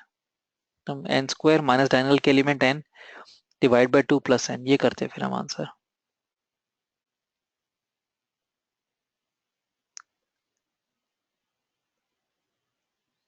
अब ये नहीं पता ये भी आंसर मैच कर रहा है, क्वेश्चन में पूछने का मतलब क्या था, maximum number of non zero elements in A, वो तो एन स्क्वायर ही है, कितने नॉन जीरो एलिमेंट्स हैं। अब डिस्टेंट की बात करेंगे तो अलग बात आ जाएगी, मैक्सिमम डिस्टेंट की बात करेंगे तो फिर इनको एक ही काउंट करेंगे, तो दैट तभी आंसर होगा। सो this is again fundamental easy question, values of A for which this is greater than zero. तो है फंडामेंटल, लेकिन आप इसमें थोड़ा कंफ्यूज हो सकते हैं कि ये greater than zero for all x belongs to R है, quadratic expression greater than zero for all x belongs to R तो पता ही है हमें क्या है, greater than zero for all x belongs to R तो पता ही है क्या होता है, ये ए ग्रेटर देन जीरो होना चाहिए और डिस्क्रिमिनेंट लेस देन जीरो होना चाहिए, रिजल्ट है ये तो, ये हर कंप्लीटली पैराबोला अबव एक्सेस होना चाहिए, तो ये रिजल्ट है। तो इसमें फिर क्वेश्चन तो हो गया, करना क्या है तो ए की वैल्यूज निकालनी है, तो इसमें डी लेस देन जीरो करना ही है, तो बस इसको सिंप्लीफाई करना है आपने। देखो ये वियर्ड सा जो एक्सप्रेशन इनवर्स का यहाँ पे है, साइन इनवर्स साइन 4, तो ये तो हम सिंप्लीफाई कर ही सकते हैं। इनवर्स में किया ही है अपने क्वेश्चन ये, कि साइन इनवर्स साइन थीटा को थीटा लिख सकते हैं अगर थीटा प्रिंसिपल ब्रांच में लाई कर रहा है, which is from minus pi by two pi by 2। लेकिन 4 तो प्रिंसिपल ब्रांच में नहीं है, it is more than pi by 2, pi by 2 1.57 and more है, तो पीछे लाना है इसको। ऐसे लिखते हैं हम, साइन इनवर्स साइन है 4 को लिख लिया मैंने, राइट। तो कैसे ऐसे लिख लो, प्लस पाई माइनस पाई करके कर ही सकता हूँ 4 को मैं। प्लस पाई माइनस पाई किया, इसका मैंने फॉर्मूला लगा लिया, sine sine pi plus theta, ऐसे मत लिखो, इसको ऐसे भी कर सकते हैं। इसको मैं एक मिनट,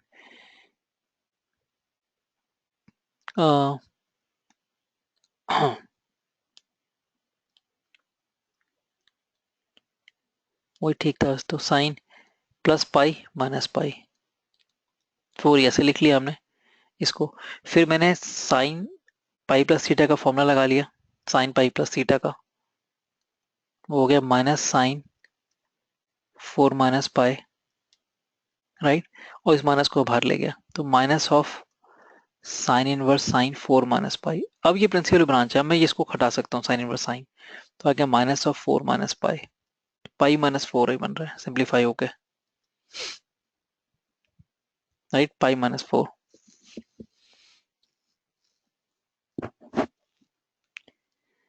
तो आप सीधा भी लिख सकते थे वैसे तो, अब ये मैंने तो इस तरह से किया, आपने कहा कि साइन इनवर्स साइन 4 है, तो इसको मैं फॉर्मूला लगा सकता हूँ इसमें, sign inverse sine pi minus theta का, पाई माइनस 4 लिख लिया। आप कहोगे मैं ऐसे लिख सकता हूँ 4 को, मैं साइन पाई माइनस 4 लिख सकता हूँ, formula sine theta sine pi minus theta, ये फॉर्मूला है। फिर आपने कहा देखो पहले तो नहीं था प्रिंसिपल ब्रांच में 4, लेकिन पाई माइनस 4 तो प्रिंसिपल ब्रांच में है, इसकी जो वैल्यू है नेगेटिव है ये पाई माइनस 4, लेकिन इस रेंज के अंदर है, माइनस पाई बाय 2 के बीच में है ये। तो now we can cancel sine inverse sine, now we can remove sine inverse sine and से पाई माइनस 4, राइट। तो एक तो अप्रोच ये है कि आपने कहा पहले फॉर्मूला लगा देते हैं, आपको पता नहीं प्रिंसिपल ब्रांच में आएगा नहीं आएगा, तुमने फॉर्मूला लगा दिया साइन पाई माइनस थीटा का, sine theta sine pi minus theta, फिर देखा आ गया तो कैंसिल कर दिया। ये मैंने था कि प्लस पाई माइनस पाई करके इस तरह से कर लिया, कि उसमें से निकाल लिया मैंने, 4 में से पाई का मल्टीपल निकाल लिया बाहर, कि सो दैट ये it comes in the principal branch, ये प्रिंसिपल ब्रांच में आ गया। लाइक ये माइनस, ये पाई बाय 2, ये 0 पाई बाय 2 के बीच में है इसकी वैल्यू। तो ये अलग कर लिया कि 4 में से अगर माइनस करेंगे 3.14, तो ये जो वैल्यू आ रही है वो तो पक्का 0 पाई बाय 2 के बीच में है। तो एक अप्रोच ये थी, एक अप्रोच ये है। तो बस यही क्वेश्चन में करना था, अब तो फिर हो गया। आपने एक बार इनवर्स को सिंप्लीफाई कर लिया, और कई बार किया होगा ऐसा क्वेश्चन, किया ये अब x square minus A x plus pi minus 4 greater than 0 होना चाहिए, तो वो डी लेस देन 0 कर लिया, A square minus 4 pi minus 4 should be less than 0। A square minus common लेके प्लस, या A square plus you know minus 4 pi plus 6 plus 16 minus 4 pi less than 0। यहाँ से ए निकालना है, तो no value of A आ गया, because तो always no value of A, because is positive. 16 में से 4 पाई माइनस करेंगे तो पॉजिटिव है, तो A square plus positive quantity less than 0, not possible. How can a positive number less than 0, for no value of a it can be negative? तो 5 आ गया, no value of a can make it this completely positive for every value of x, no value of a, उसके लिए discriminant negative आना चाहिए था, और negative नहीं आया कभी भी। डिस्क्रिमिनेंट तो हमेशा पॉजिटिव आया है, नो वैल्यू ऑफ ए आ गया। So this is again a question on the exactly same concept. ABC are positive real numbers such that this expression is greater than equal to 0 for all x belongs to R. तो वो d less than 0 करना है आपने। B अपने B B तो positive है, ABC positive है, तो बी पॉजिटिव है, डी लेस देन 0 करना है। डी लेस देन 0 का मतलब A plus C whole square plus 4b square, right. Square root का स्क्वायर हो गया, minus 4b A plus C should be less than equal to 0, D less than equal to 0 मैंने कर दिया। इसमें देखेंगे तो आ गया ए plus C whole square plus 4b square minus 4ab minus 4bc है। इसको ऐसे लिख लिया आपने, इसको ऐसे ऐसे मत करो, ऐसे लिख लो बेटर है सीधा। ए प्लस सी होल स्क्वायर बन रहा है, यहाँ पे प्लस 2b का होल स्क्वायर बन रहा है, और यहाँ पे 2 times 2b into a plus C, ये देखो परफेक्ट स्क्वायर बन गया, ये दिख रहा है, this a square plus b square minus 2 a, ये बी है सॉरी, या और ये ए है, ये देखो A minus B whole square less than equal to 0। तो perfect square less than equal to 0 कैसे होता है, मतलब ए इक्वल टू बी होगा, ये is only option. A equal to B मतलब A plus C equal to 2b होगा, AP में आ गए, A B C are in AP.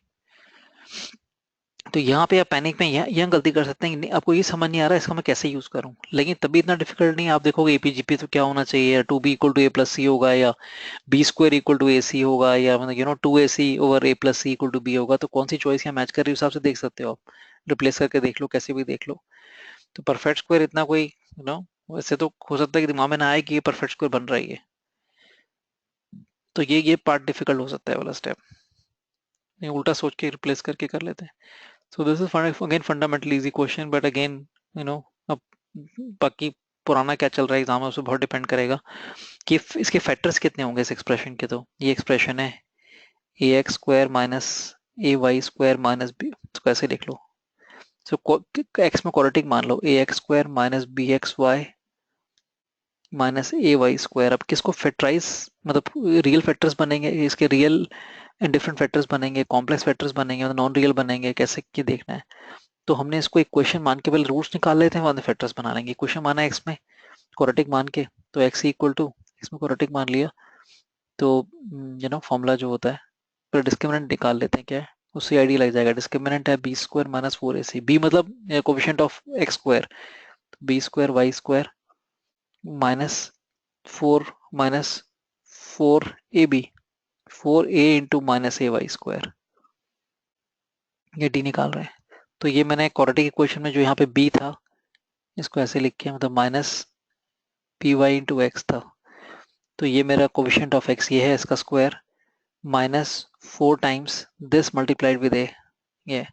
तो ये ध्यान से देखेंगे, वाई स्क्वायर कॉमन लेके आ रहा है, b square plus 4a square, ये डी इज ग्रेटर देन 0 आ रहा है, राइट। सो रूट्स से इसके डी रियल एंड डिफरेंट हो गए, क्योंकि डी जीरो नहीं है, ए और बी जीरो होना पड़ेगा उसके, लेकिन गिवन तो नहीं है और b zero, so d is greater than 0, so real and different, a choice. Now this is you know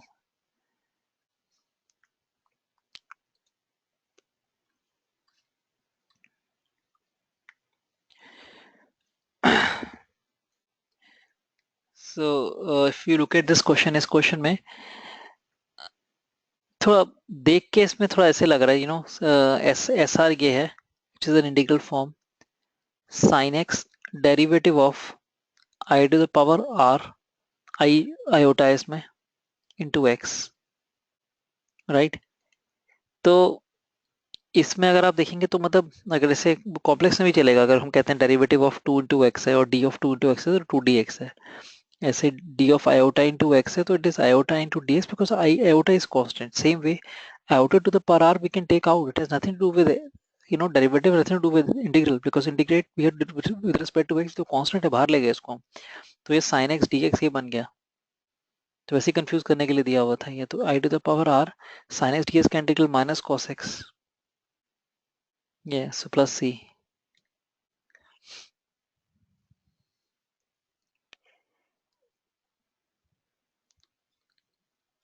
right. और इसका फिर हम या सिग्मा ले लेंगे, और सिग्मा के अंदर हमने r varies from 1 to 4n minus करना है, ये इसका सिग्मा लेना है।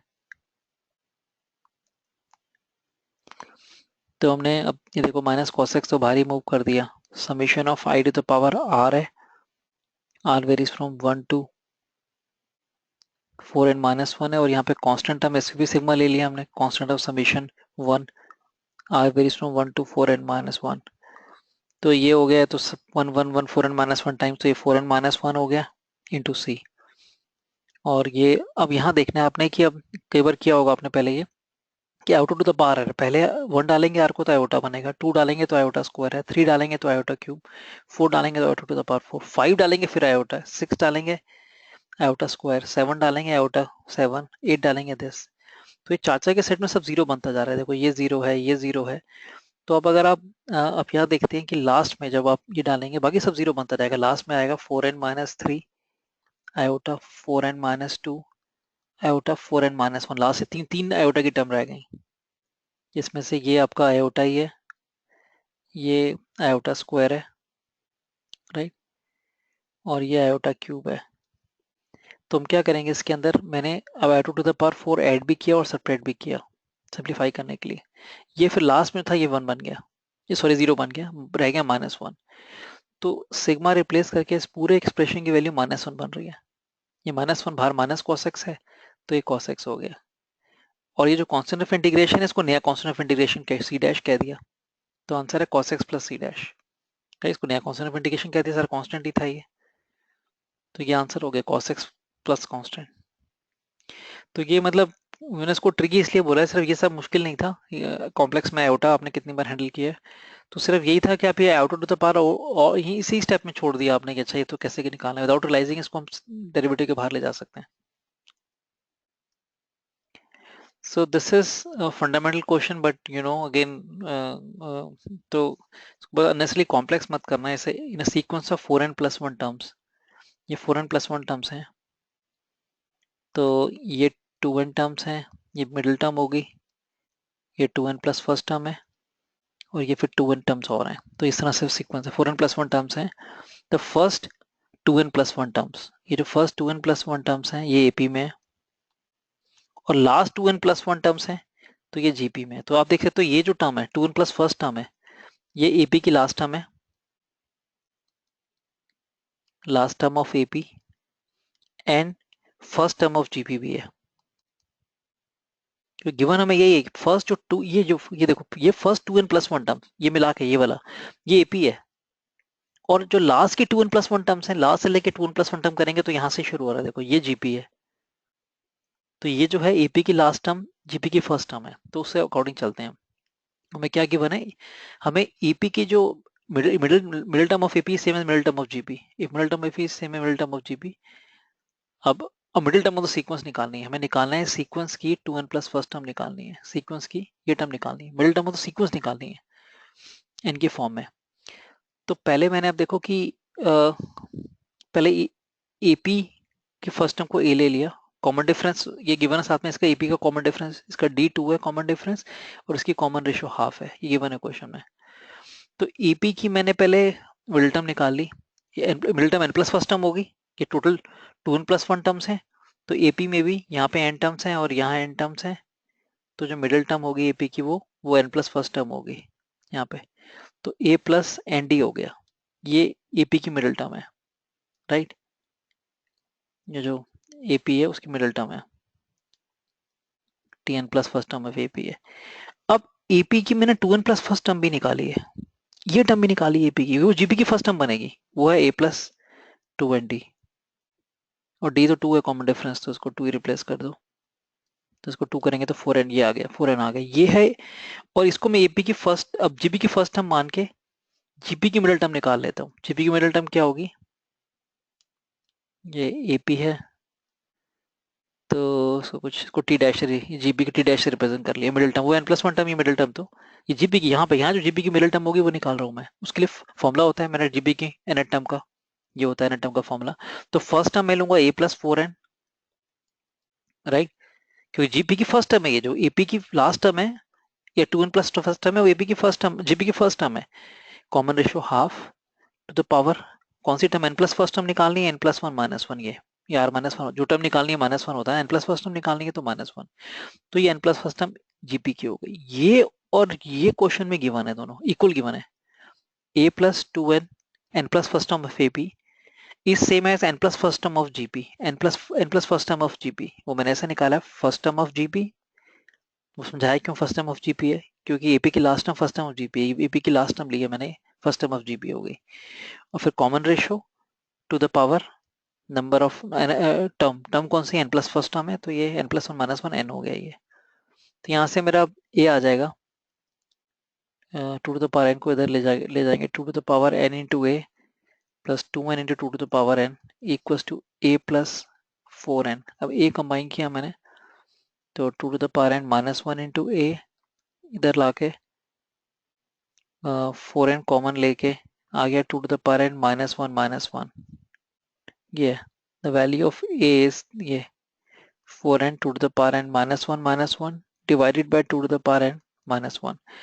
ये a निकालने के बाद कॉमन डिफरेंस, अब हमें क्या निकालना है, middle term of the a, हमें ये a प्लस ये निकालना है, middle term of the whole series, middle term of the fourth series ap की 2n plus first term a plus 4d, ये निकालना है हमें, राइट। ये टर्म निकालनी थी, ये टर्म निकालनी है, सीक्वेंस की मिडिल टर्म निकालनी है। और सीक्वेंस की मिडिल टर्म है जीपी की फर्स्ट टर्म मान लो इसको, या एपी की लास्ट टर्म मान लो। एपी की लास्ट टर्म ले लेते हैं, एपी की 2n प्लस फर्स्ट टर्म ले लेते हैं।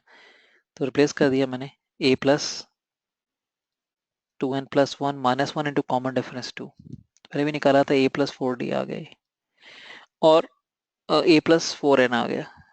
अब a की वैल्यू रिप्लेस कर दी यहाँ पे, 4n 2 to the power n minus 2 to the power n minus 1 divide by 2 to the power n minus 1 minus plus 4n। तो एलसीएम लेके, आई होप को मिस्टेक नहीं की है, 4n कैंसिल होता है, 4n तो थोड़ा माइनस,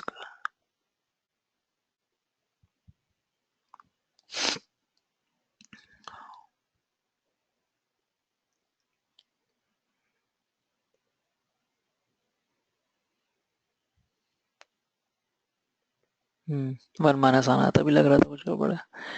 तो यहाँ पे जब इसको उधर से a को उधर ले गया हूँ मैं, उसको उधर ला रहा हूँ, तो 1 माइनस आ रहा है,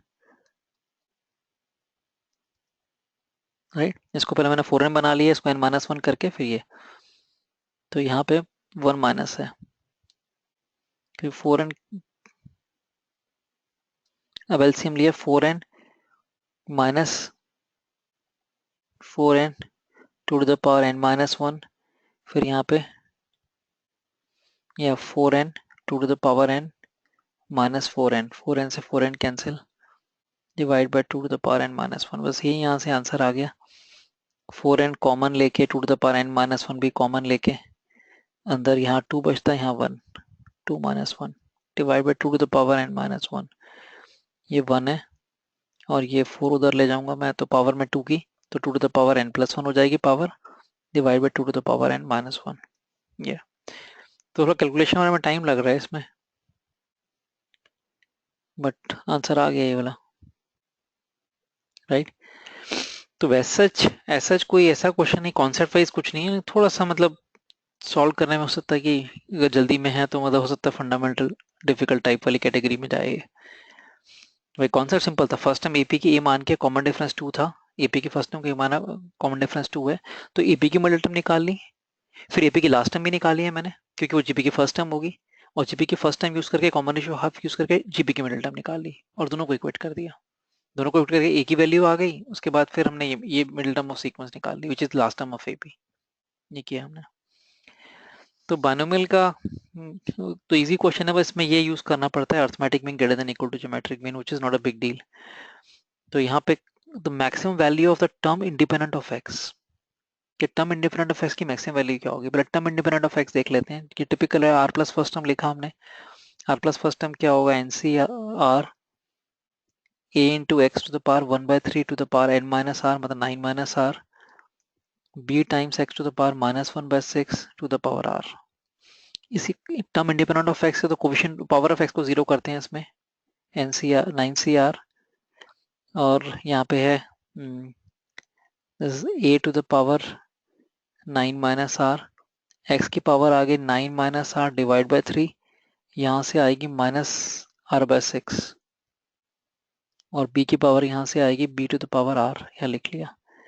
अब मुझे a के जो पावर है सारा जीरो को 0 करना है, a माइनस आर, सॉरी ए ने 9 माइनस आर 2 से मल्टीप्लाई किया 6 बना लिया, -r/6 equal to 0, so 18 minus 3r equal to 0, r equal to 6 आ गया, r 6 आया तो 9 से 6 into a to the power 3 b to the power 6, ये t7, ये टर्म है इंडिपेंडेंट ऑफ x। अब इसकी मैक्सिमम वैल्यू निकालनी है, तो हम इसकी मैक्सिमम वैल्यू निकालने के लिए, ये तो कांस्टेंट है 84 है, ये a cube b to the power 6 की मैक्सिमम वैल्यू निकालनी है, तो वैसे आ जाएगी और वहां से दिख ही रहा है हमें given a q plus b to the power 6, वहीं से दिख रहा है a q plus b to the power 6 जो है डिवाइड बाय 2, ये ग्रेटर देन इक्वल्स टू होगा square root of a square b to the power 6। Arithmetic mean of these two numbers is greater than the geometric mean. इसकी maximum value आ गई ना, ये expression किससे, ये 2 गिवन है, सो स्क्वायर करके ये आ गया, स्क्वायर करके ये आ गया, a square b to the power 6 is less than equals to 1 है, तो उसकी मैक्सिमम वैल्यू 1 है इस एक्सप्रेशन की। A q b to the power 6 की मैक्सिमम वैल्यू 1 है, तो उसको 1 से रिप्लेस करके 84 is the maximum value of this expression, कि इसकी मैक्सिमम वैल्यू 1 है तो पूरे की एक्सप्रेशन की मैक्सिमम वैल्यू 84 हो गई।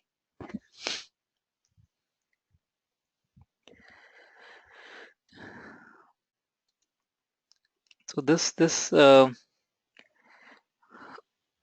part of the this question of trigonometry is very typical question. ये तो हमने ट्रिगोनोमेट्री में कई बार किया, बाकी टॉपिक में भी आपने कई बार किया होगा कि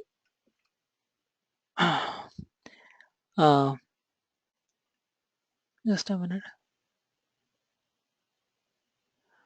that इसको लिखा मैंने साइन पाई एक्स बाय 2√3 उसको मैंने लिख लिया परफेक्ट स्क्वायर फॉर्म में, एक्स स्क्वायर माइनस 2√3x, तो √3 के स्क्वायर से मल्टीप्लाई डिवाइड करना पड़ेगा, 3 से सॉरी ऐड सेपरेट करना पड़ेगा, 3 ऐड किया और सेपरेट भी किया तो 3 + 1, ये परफेक्ट स्क्वायर बन गया, x minus √3 whole square plus 1, ये है साइन। तो ये बिल्कुल वही कॉन्सेप्ट है, पहले भी हमने देखा है कई बार कि यहाँ पे आप देखो साइन का अगर आप लेफ्ट हैंड साइड का वेरिएशन देखेंगे with respect to x, right, तो वो बिटवीन -1 और 1 लाइक करेगा, ये बिटवीन -1 और 1 है, और ये हमेशा ग्रेटर देन 1 है, इसको ये तो पैराबोला ऐसे जाएगा, ग्रेटर देन 1 है। सो ये दो साइड इक्वल कब हो सकती हैं, तभी इक्वल होंगी जब दोनों 1 के इक्वल हैं, बिकॉज ये 1 से ऊपर जाने को तैयार नहीं है और ये 1 के नीचे आने को तैयार नहीं है, the only possibility that 2 will be equal when both of them are equal to 1। तो इसको 1 करके देखा, x क्या आया, x √3 आ गया, इसको 1 करके देखा x सेम आना चाहिए, इसको 1 करके देखा तो x यहाँ से क्या आ रहा है, वो भी √3 आ रहा है, कि अब रिप्लेस कर लो x को, √3 को 1 बन रहा है, तो by expression x equal to √3 भी निकाल सकते थे यार, मतलब मेन तो ये देखना है इसकी, तो कॉन्सेप्ट ही यही है जो इसमें बन रहा है कि जब max of left hand side equal to min of right hand side बनेगा, तभी कॉन्सेप्ट लगता है कि दोनों को हमने इक्वल कर दिया, इसको भी मैक्स वैल्यू के इक्वल कर दिया, इसको भी मिन वैल्यू के इक्वल कर दिया, बिकॉज मैक्सिमम में बराबर है, और min of left hand side equal to max of right hand side, ये हम कॉन्सेप्ट लगाते हैं। और इसमें कई बार ये तो नंबर ऑफ रूट्स निकालने से क्वेश्चन के आगे, कई बार यही जगह एक्स की जगह वाई होता है, यहाँ पे साइन ये वाई 2√3 इक्वल टू यहाँ एक्स होता, और एक्स और वाई सॉल्व करना होता है हमें, इस बार ऐसा नहीं कि कितने रूट से क्वेश्चन के एक्स और वाई फाइंड करना है जहाँ पे ये दोनों इक्वल हैं। तो ये देखा हमने कि ये मैक्सिमम वैल्यू इसकी मिनिमम वैल्यू 1 है, इसकी मैक्सिमम वैल्यू 1 है, तो 2 can only be equal when both of them equal to 1, ये पॉसिबिलिटी है दोनों के, दो इक्वेशन बन गई एक इक्वेशन से, यहाँ से x इक्वल टू √3 आ गया, और यहाँ से y इक्वल टू जो भी y आएगा, यहाँ से y इक्वल टू भी √3 आ रहा है। चलो ये तो सेम इस तरह क्वेश्चन लिया आपने।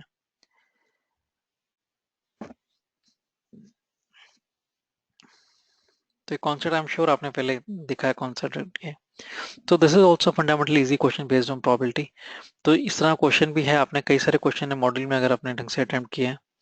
So first of all, see A and B play a game. Let's see the base of this question. A and B play a game with where each is asked to select a number from 1 to 25.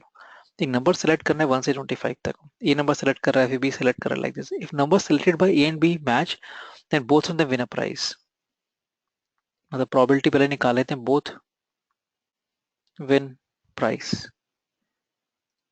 तो वो कब होगा जब दोनों ने equal number निकाला है, उसकी प्रोबेबिलिटी निकाल सकते हैं। दोनों को इक्वल नंबर का मतलब इक्वल नंबर 1 निकालने की प्रोबेबिलिटी, पहले इक्वल नंबर 1 की प्रोबेबिलिटी क्या है, तो पहले हमने म्यूचुअली एक्सक्लूसिव केसेस बना लिए हमने कि प्रोबेबिलिटी इक्वल नंबर 1 है, इक्वल नंबर को आर से रिप्रेजेंट कर लिया, इक्वल नंबर 2 भी हो सकता है, इक्वल म्यूचुअली एक्सक्लूसिव केसेस को सम कर लिया कि दोनों को गोज ऑन इक्वल नंबर 25 है।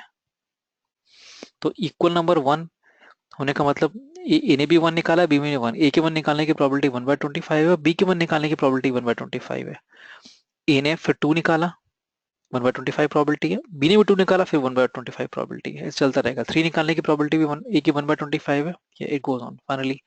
तो ये आ जाएगा 25 टाइम्स 25 इंटू 25, तो 1/25 प्रोबेबिलिटी हो गई कि दोनों प्राइज विन कर रहे हैं, ये तो बेस हो गया। अब है probability that they win their third prize on fifth game, they keep on playing this game, तो उनका राइट, दोनों को प्राइस मिल जाएगा तो गेम खत्म होगी, फिर दोबारा शुरू कर रहे हैं। तो अपने अब फिफ्थ गेम के अंदर, अब फिफ्थ गेम है यहाँ पे, उसके अंदर उनको उसकी प्रोबेबिलिटी क्या है, अपना थर्ड प्राइज मिल रहा है उनको। उसके बाद दो प्राइज जीत चुके हैं, दो बार इक्वल नंबर निकाल चुके हैं पहले 4 गेम्स में से। तो ये 1 to 4 गेम्स है। अब 1 to 4 इसको हमने एक तरह समझो कि प्राइज आने को सक्सेस मान लिया कि बानोमल एक्सपेरिमेंट से करना है, तो फेलियर हो गया प्राइज ना आना। अब फर्स्ट 4 गेम्स में दो जगह मतलब प्राइज मिलना चाहिए, 2 प्राइजेस आने चाहिए उनके, और 2 मतलब 2 सक्सेस ले लो और 2 फेलियर, प्राइज मतलब कुछ 2 सक्सेस होनी चाहिए इसमें और 2 फेलियर होने चाहिए, या 2 प्राइज होने चाहिए, 2 नॉन प्राइज होने चाहिए। दो जगह 2 गेम्स में प्राइज मिला, 2 गेम्स में प्राइज नहीं मिला, उनको इक्वल नंबर नहीं आए।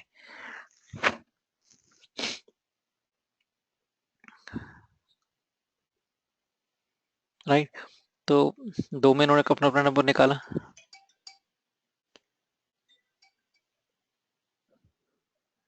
Just a minute.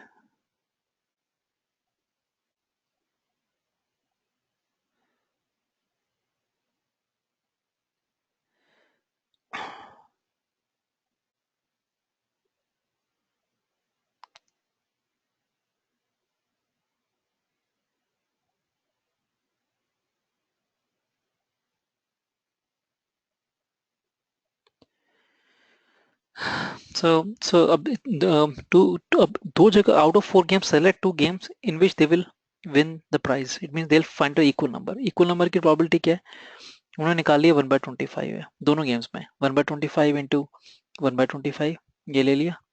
और बाकी दोनों गेम्स में इक्वल नंबर नहीं आ रहा, 24/25 इंटू 24/25।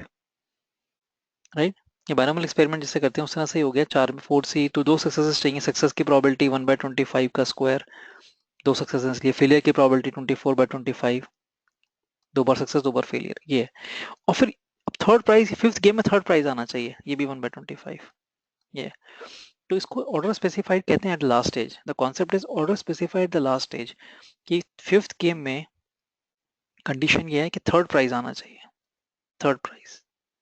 ये वैसे करते हैं। तो फर्स्ट 4 में उल्टा सीखते हैं, फर्स्ट 4 में क्या होगा, फिर 2 प्राइज और फिर 2 में नो प्राइज, ऐसे करते हैं।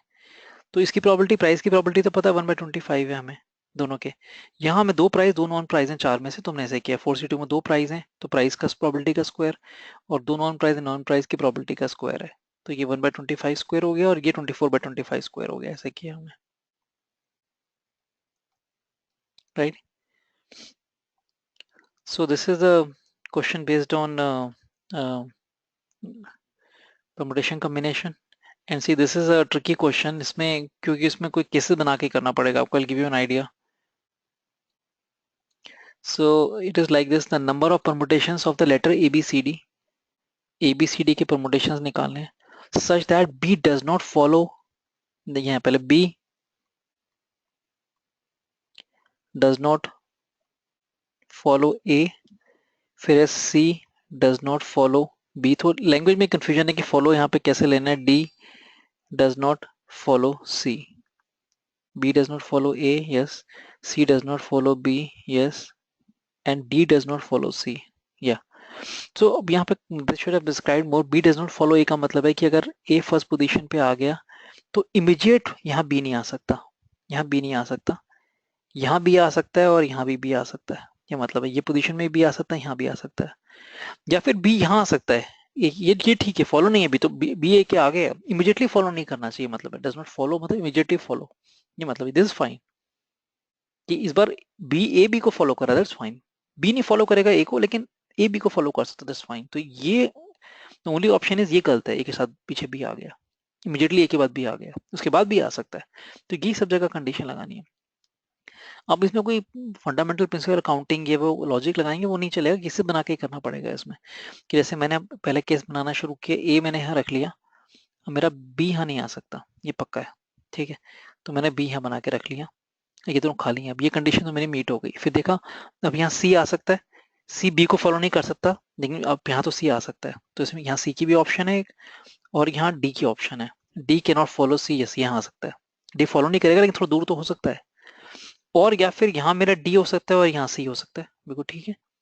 ए और डी में कोई कंडीशन नहीं है, डी और बी में भी कोई कंडीशन नहीं है, और या बी और सी में c does not follow b, o c does not follow b, ये नहीं आ सकता, सी के नॉट फॉलो बी, तो यहाँ सी बी को फॉलो कर रहा है, ये नहीं आएगा, तो एक ऑप्शन ही आ गई, राइट, इस तरह से। तो फिर हमने, अच्छा हमने, अब हमने लिया ए को, हमने सेकंड पोजीशन में मूव कर लिया, तो बी यहाँ आ सकता है, ठीक है, पहले बी यहाँ, पहले पहले बी यहाँ ले लिया हमने, और फिर ए के बाद ये कंडीशन मीट हो गई पहले, सी के नॉट फॉलो बी, तो यहाँ सी आ सकता है, और डी डज नॉट फॉलो सी, तो यहाँ डी नहीं आ सकता, यहाँ डी डज नॉट, हाँ, तो डी सी को फॉलो नहीं करेगा, तो यहाँ डी आ सकता है और यहाँ सी आ सकता है, ये आ गया, राइट। तो और या सब, और मैं देख रहा हूँ कि मैंने इसकी जगह मैं बी को, अब बी यहाँ तो मेरा ए के बाद नहीं आ सकता, बी यहाँ आ सकता है, तो एक केस ये और हो गया था, बी यहाँ पे आने के बाद अब ए मेरा, सॉरी सॉरी, ए को मैंने यहाँ लिया, सॉरी नहीं नहीं, हाँ नहीं, ए तो ही था, अब बी को मैंने थोड़ा दूर यहाँ ले लिया, अब यहाँ पे सी आ सकता है, यस सी आ सकता है, सी फॉलो नहीं कर रहा लेकिन सी यहाँ आ सकता है, और डी यहाँ आ सकता है, यस, और सी यहाँ आ सकता है, डी यहाँ आ सकता है, दोनों बिल्कुल ठीक है, राइट। तो दो केसेस यहाँ मिल गए, चार केस हो गए ऐसे, तो ऐसे 11 केस बनते हैं, तो ऐसे केस लेने हैं आपने। अब ए को बिल्कुल, ए पहले ए को लेके केस बना रहे थे हम, फिर ए को मैं लास्ट एक्सट्रीम पे ले गया, ए को, राइट, ए को लास्ट एक्सट्रीम पे लेने के बाद बी तो यहाँ यहाँ पे, अब मेरा, मैंने अगर बी यहाँ रख लिया मैंने, तो, और बी पे कंडीशन के सी डज नॉट फॉलो बी, तो डी डज नॉट फॉलो सी, तो डी यहाँ आ सकता है, सी यहाँ आ सकता है, सी डी ऐसे नहीं हो सकता, तो एक केस ये मिल गया हमें। तो ए के को मूव करके मैंने ये 5 केस बना लिए हैं, फिर मैं बी को पहले ऐसे रख के, क्या बी को फर्स्ट पोजीशन पे रख के तो मैंने केस बनाए, बी को फर्स्ट पोजीशन पे, राइट। तो अब बी वाले केस तो ले चुके हैं, बी को, ए को यहाँ रख लिया मैंने, अब तो बस रिपीटेशन ना हो, ये ध्यान रखना पड़ेगा, बी फर्स्ट पोजीशन पे और ए थर्ड पोजीशन पे हमने अभी नहीं लिया है, राइट। तो हमने यहाँ से केस बना लिया, यहाँ पे डी सी, सी डी, सी के नॉट फॉलो बी, नहीं, यहाँ सी नहीं आ सकता, डी आ सकता है यहाँ पे, डी एंड सी, तो एक केस और मिल गया हमें, बी को यहाँ रखा, ए को लास्ट पे ले गए, या ए को यहाँ रख लिया, तो यहाँ पे सी आ सकता है, नहीं, सी के नॉट फॉलो बी, सी नहीं आ सकता है, डी आ सकता है, यहाँ सी। तो ऐसे मतलब हो सकता है और कोई style, but this is how you to make cases, may be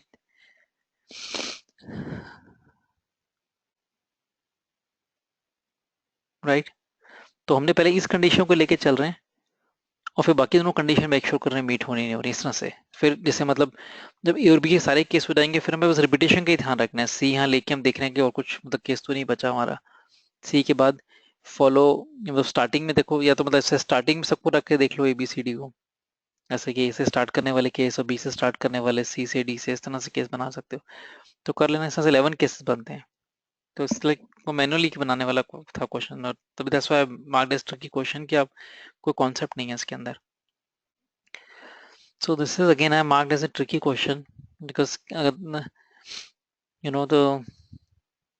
AB is a focal chord of this parabola. If you look at this parabola, it is non-standard parabola. Non-standard है तो perfect square form में लाना पड़ता है, x square minus 2x है, +1 किया और -1 किया,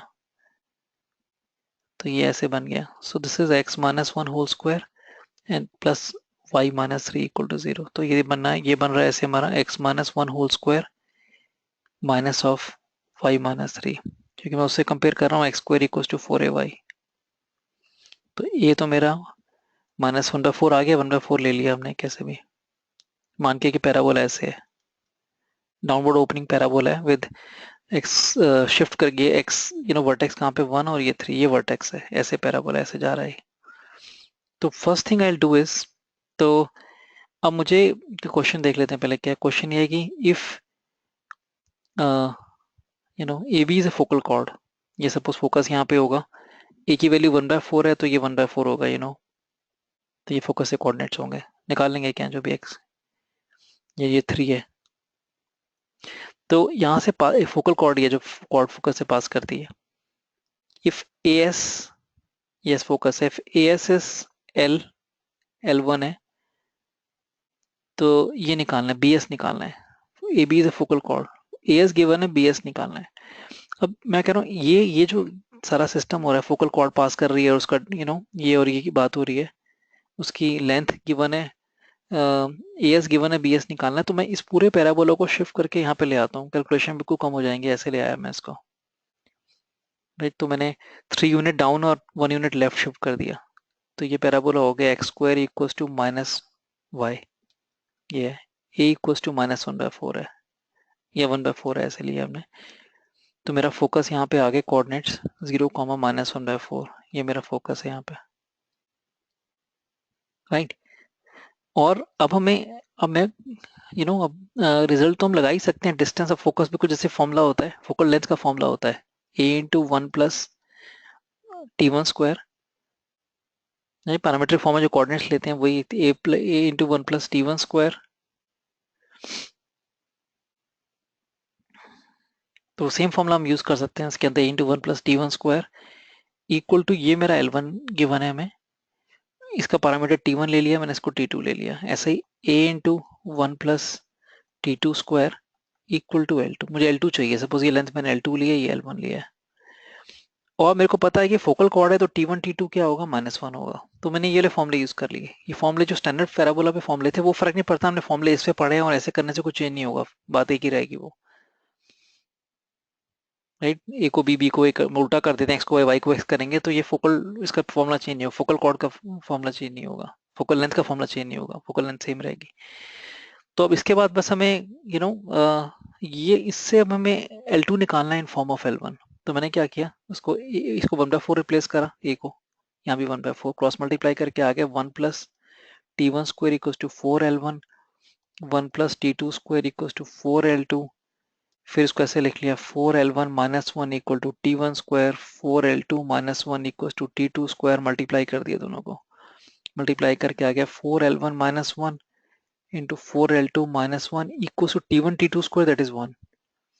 तो यहाँ से 4L2 - 1 इक्वल टू 1/4L1 - 1, -1 को यहाँ ले आएंगे, सॉल्व ही करना है basically, 4L2 - 1 equal to 1/4L1 - 1 + 1, इसको यहाँ ले आया, सॉरी, और एलसीएम लेके L2 आ गया, एलसीएम लेके L2 आ जाएगा L1/4L1 - 1।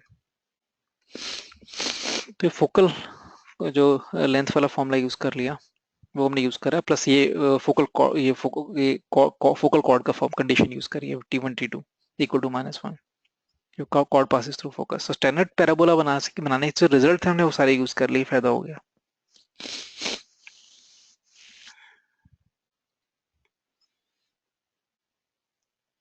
तो अगर आपको इसमें कोई डाउट लग रहा है तो वैसे करके देख, मतलब ड्राइव करके देख लो, अगर आप इस पैराबोला पे माइनस का फर्क, कोई फर्क नहीं पड़ता। अगर यहाँ पे हमने इसके एक्स को वाई को एक्स कर देते हैं, कोऑर्डिनेट्स 2t, AT स्क्वायर हो जाएंगे, राइट, कोई चेंज नहीं है। यहाँ फोकस होगा इसमें 0, A, उल्टा करने से, तो डिस्टेंस फॉर्मूला भी तो सेम ही बनेगा, बात फर्क क्या है, वही तो होगा, 2t square AT square minus A का होल स्क्वायर का स्क्वायर रूट, तो वही आएगा A × 1 + T square.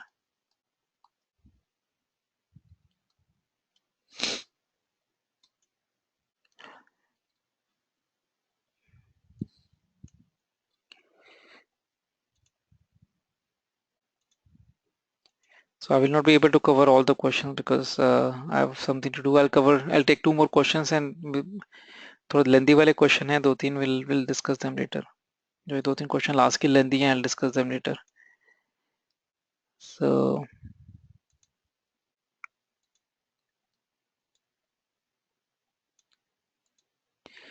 So this is the easy question, circle का है। तो if a point this, if A and B are symmetrical मतलब images हैं, about a tangent to the circle at origin, tangent to the circle origin में ये point ये भी symmetrical है, तो B एक ही इमेज है टेंजेंट के अंदर। टेंजेंट और ऑरिजिन निकाल लेते हैं फॉर्मूला, टेंजेंट रिजल्ट, टेंजेंट का फॉर्मूला ये, tangent on at a point का फॉर्मूला ये होता है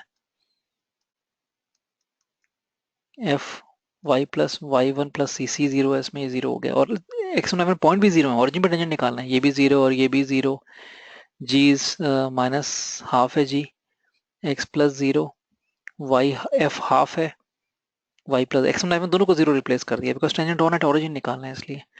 तो यहाँ से क्रॉस मल्टीप्लाई करके आ गया माइनस एक्स है, ये टू हटा दिया, minus x plus y equal to zero. So y equal to x tangent है, और वाई इक्वल टू एक्स में रिफ्लेक्शन लेनी है 1,4 की, तो पता है 4,1 हो जाएगा।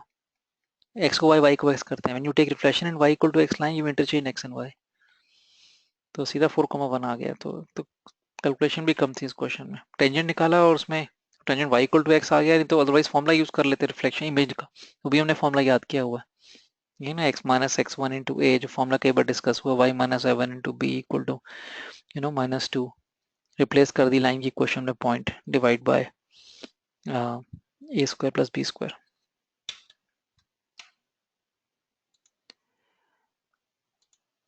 सो this is question based on hyperbola. तो ये मैंने फंडामेंटल लिखा, हो सकता है आपको पता नहीं मुश्किल आई हो इसमें, हाइपरबोला गिवन नहीं है इसमें, और ऐसा कोई equation of a line passing through the centre of a rectangular hyperbola इसके अंदर इज दिस। अब हाइपरबोला के उसमें equation of a line centre से हाइपरबोला से ये है, कहीं भी हो सकता है हाइपरबोला, ये पता है मैं, जो लाइन की इक्वेशन है एक जो सेंटर से पास कर रही है हाइपरबोला के, ये लाइन गिवन है हमें, राइट। और देखो भी करते हैं, और वन ऑफ द असिम्प्टोट दिस है, एक असिम्प्टोट हमें गिवन है, ये असिम्प्टोट सेंटर से पास करता है, दूसरे असिम्प्टोट की इक्वेशन निकालनी है, right. One asymptote is given, you have to find equation of another asymptote, second asymptote की इक्वेशन निकालनी है। रेक्टेंगुलर हाइपरबोला है तो एंगल बिटवीन असिम्प्टोट्स 90 होगा, right. As a rectangular hyperbola angle और they orthogonal, asymptotes are orthogonal, तो asymptotes orthogonal है। इसकी इक्वेशन हमें गिवन है असिम्प्टोट की 3x minus 4y equal to 6, और एक और लाइन की इक्वेशन गिवन है जो सेंटर से पास कर रही है। तो अगर आप कंफ्यूज ना हो तो इसमें आप देखो, क्वेश्चन में है कुछ नहीं, इस क्वेश्चन में हमें एक तो परपेंडिकुलर लाइन इस दूसरे असिम्प्टोट की इक्वेशन निकालनी है, उसके परपेंडिकुलर है, उसकी इक्वेशन अज्यूम कर सकते हैं हम 4x plus 3y equal to के परपेंडिकुलर लाइन की इक्वेशन है, या स्लोप इसका निकाल के, इसका स्लोप 3/4 है तो उसका माइनस 4/3 होगा, ऐसे कर लो जल्दी हो जाएगा। उसका स्लोप आ गया -4/3, और इन दोनों के पॉइंट ऑफ इंटरसेक्शन से पास करेगा वो, x माइनस वाई, ये सेंटर निकल जाएगा ना, ये है सेंटर, ये है, और हाइपरबोला ये असिम्प्टोट ये है, तो सेंटर इन दोनों का इंटरसेक्शन है, इन दोनों दोनों को सॉल्व कर लिया हमने। जो एक गिवन लाइन थी जो सेंटर से पास कर रही है, और एक असिम्प्टोट गिवन है, दोनों को सॉल्व करके सेंटर के कोऑर्डिनेट्स आ गए, इसको 4 से मल्टीप्लाई करके सब्ट्रैक्ट कर दिया, 4 से मल्टीप्लाई किया, सब्ट्रैक्ट कर दिया, तो ये x हो जाएगा, 4 से ये -2 हो जाएगा, x -2, x को -2 रिप्लेस किया तो y -3 है, या y -3, सो -2 -3 कोऑर्डिनेट्स आ गए, सेंटर के स्लोप तो पता ही है -4/3 है, y minus y plus 3 equal to slope -4/3 into x plus 2, cross multiply करके 3y plus 4x 9 plus 17, a choice, right? So but still I'll this is the there's so many questions which are either taking time to solve, or they are difficult to do. So I will not nowhere rate this question at a mains level. And if you have attended my last 5 online webinars based on mains, so you can see the at least 20 questions or 23-4 questions in every mains is like the direct straightforward questions. So don't worry about the whatever you can learn from this, that's important. Don't worry about how many questions you were able to do, because 30 questions in like 75 minutes, and that too it's just वही अगर question 17-18 होते तो ठीक, तभी balance paper होता है, 20 होते maximum, 30 question ज्यादा हैं considering the difficulty, so don't worry about that. So we'll have our class, as I mentioned, day after tomorrow, and maybe and I'm not sure what I'll cover. Maybe I'll discover maybe one more online paper. Physical I have discussed, online one more online paper. Maybe it came in 2016 or 15, one of the two. Or maybe I can discuss some of the practice tests based on mains that that you have been given. Okay, and few questions I'll discuss. 3 questions left I'll discuss next time. Thank you. Good night.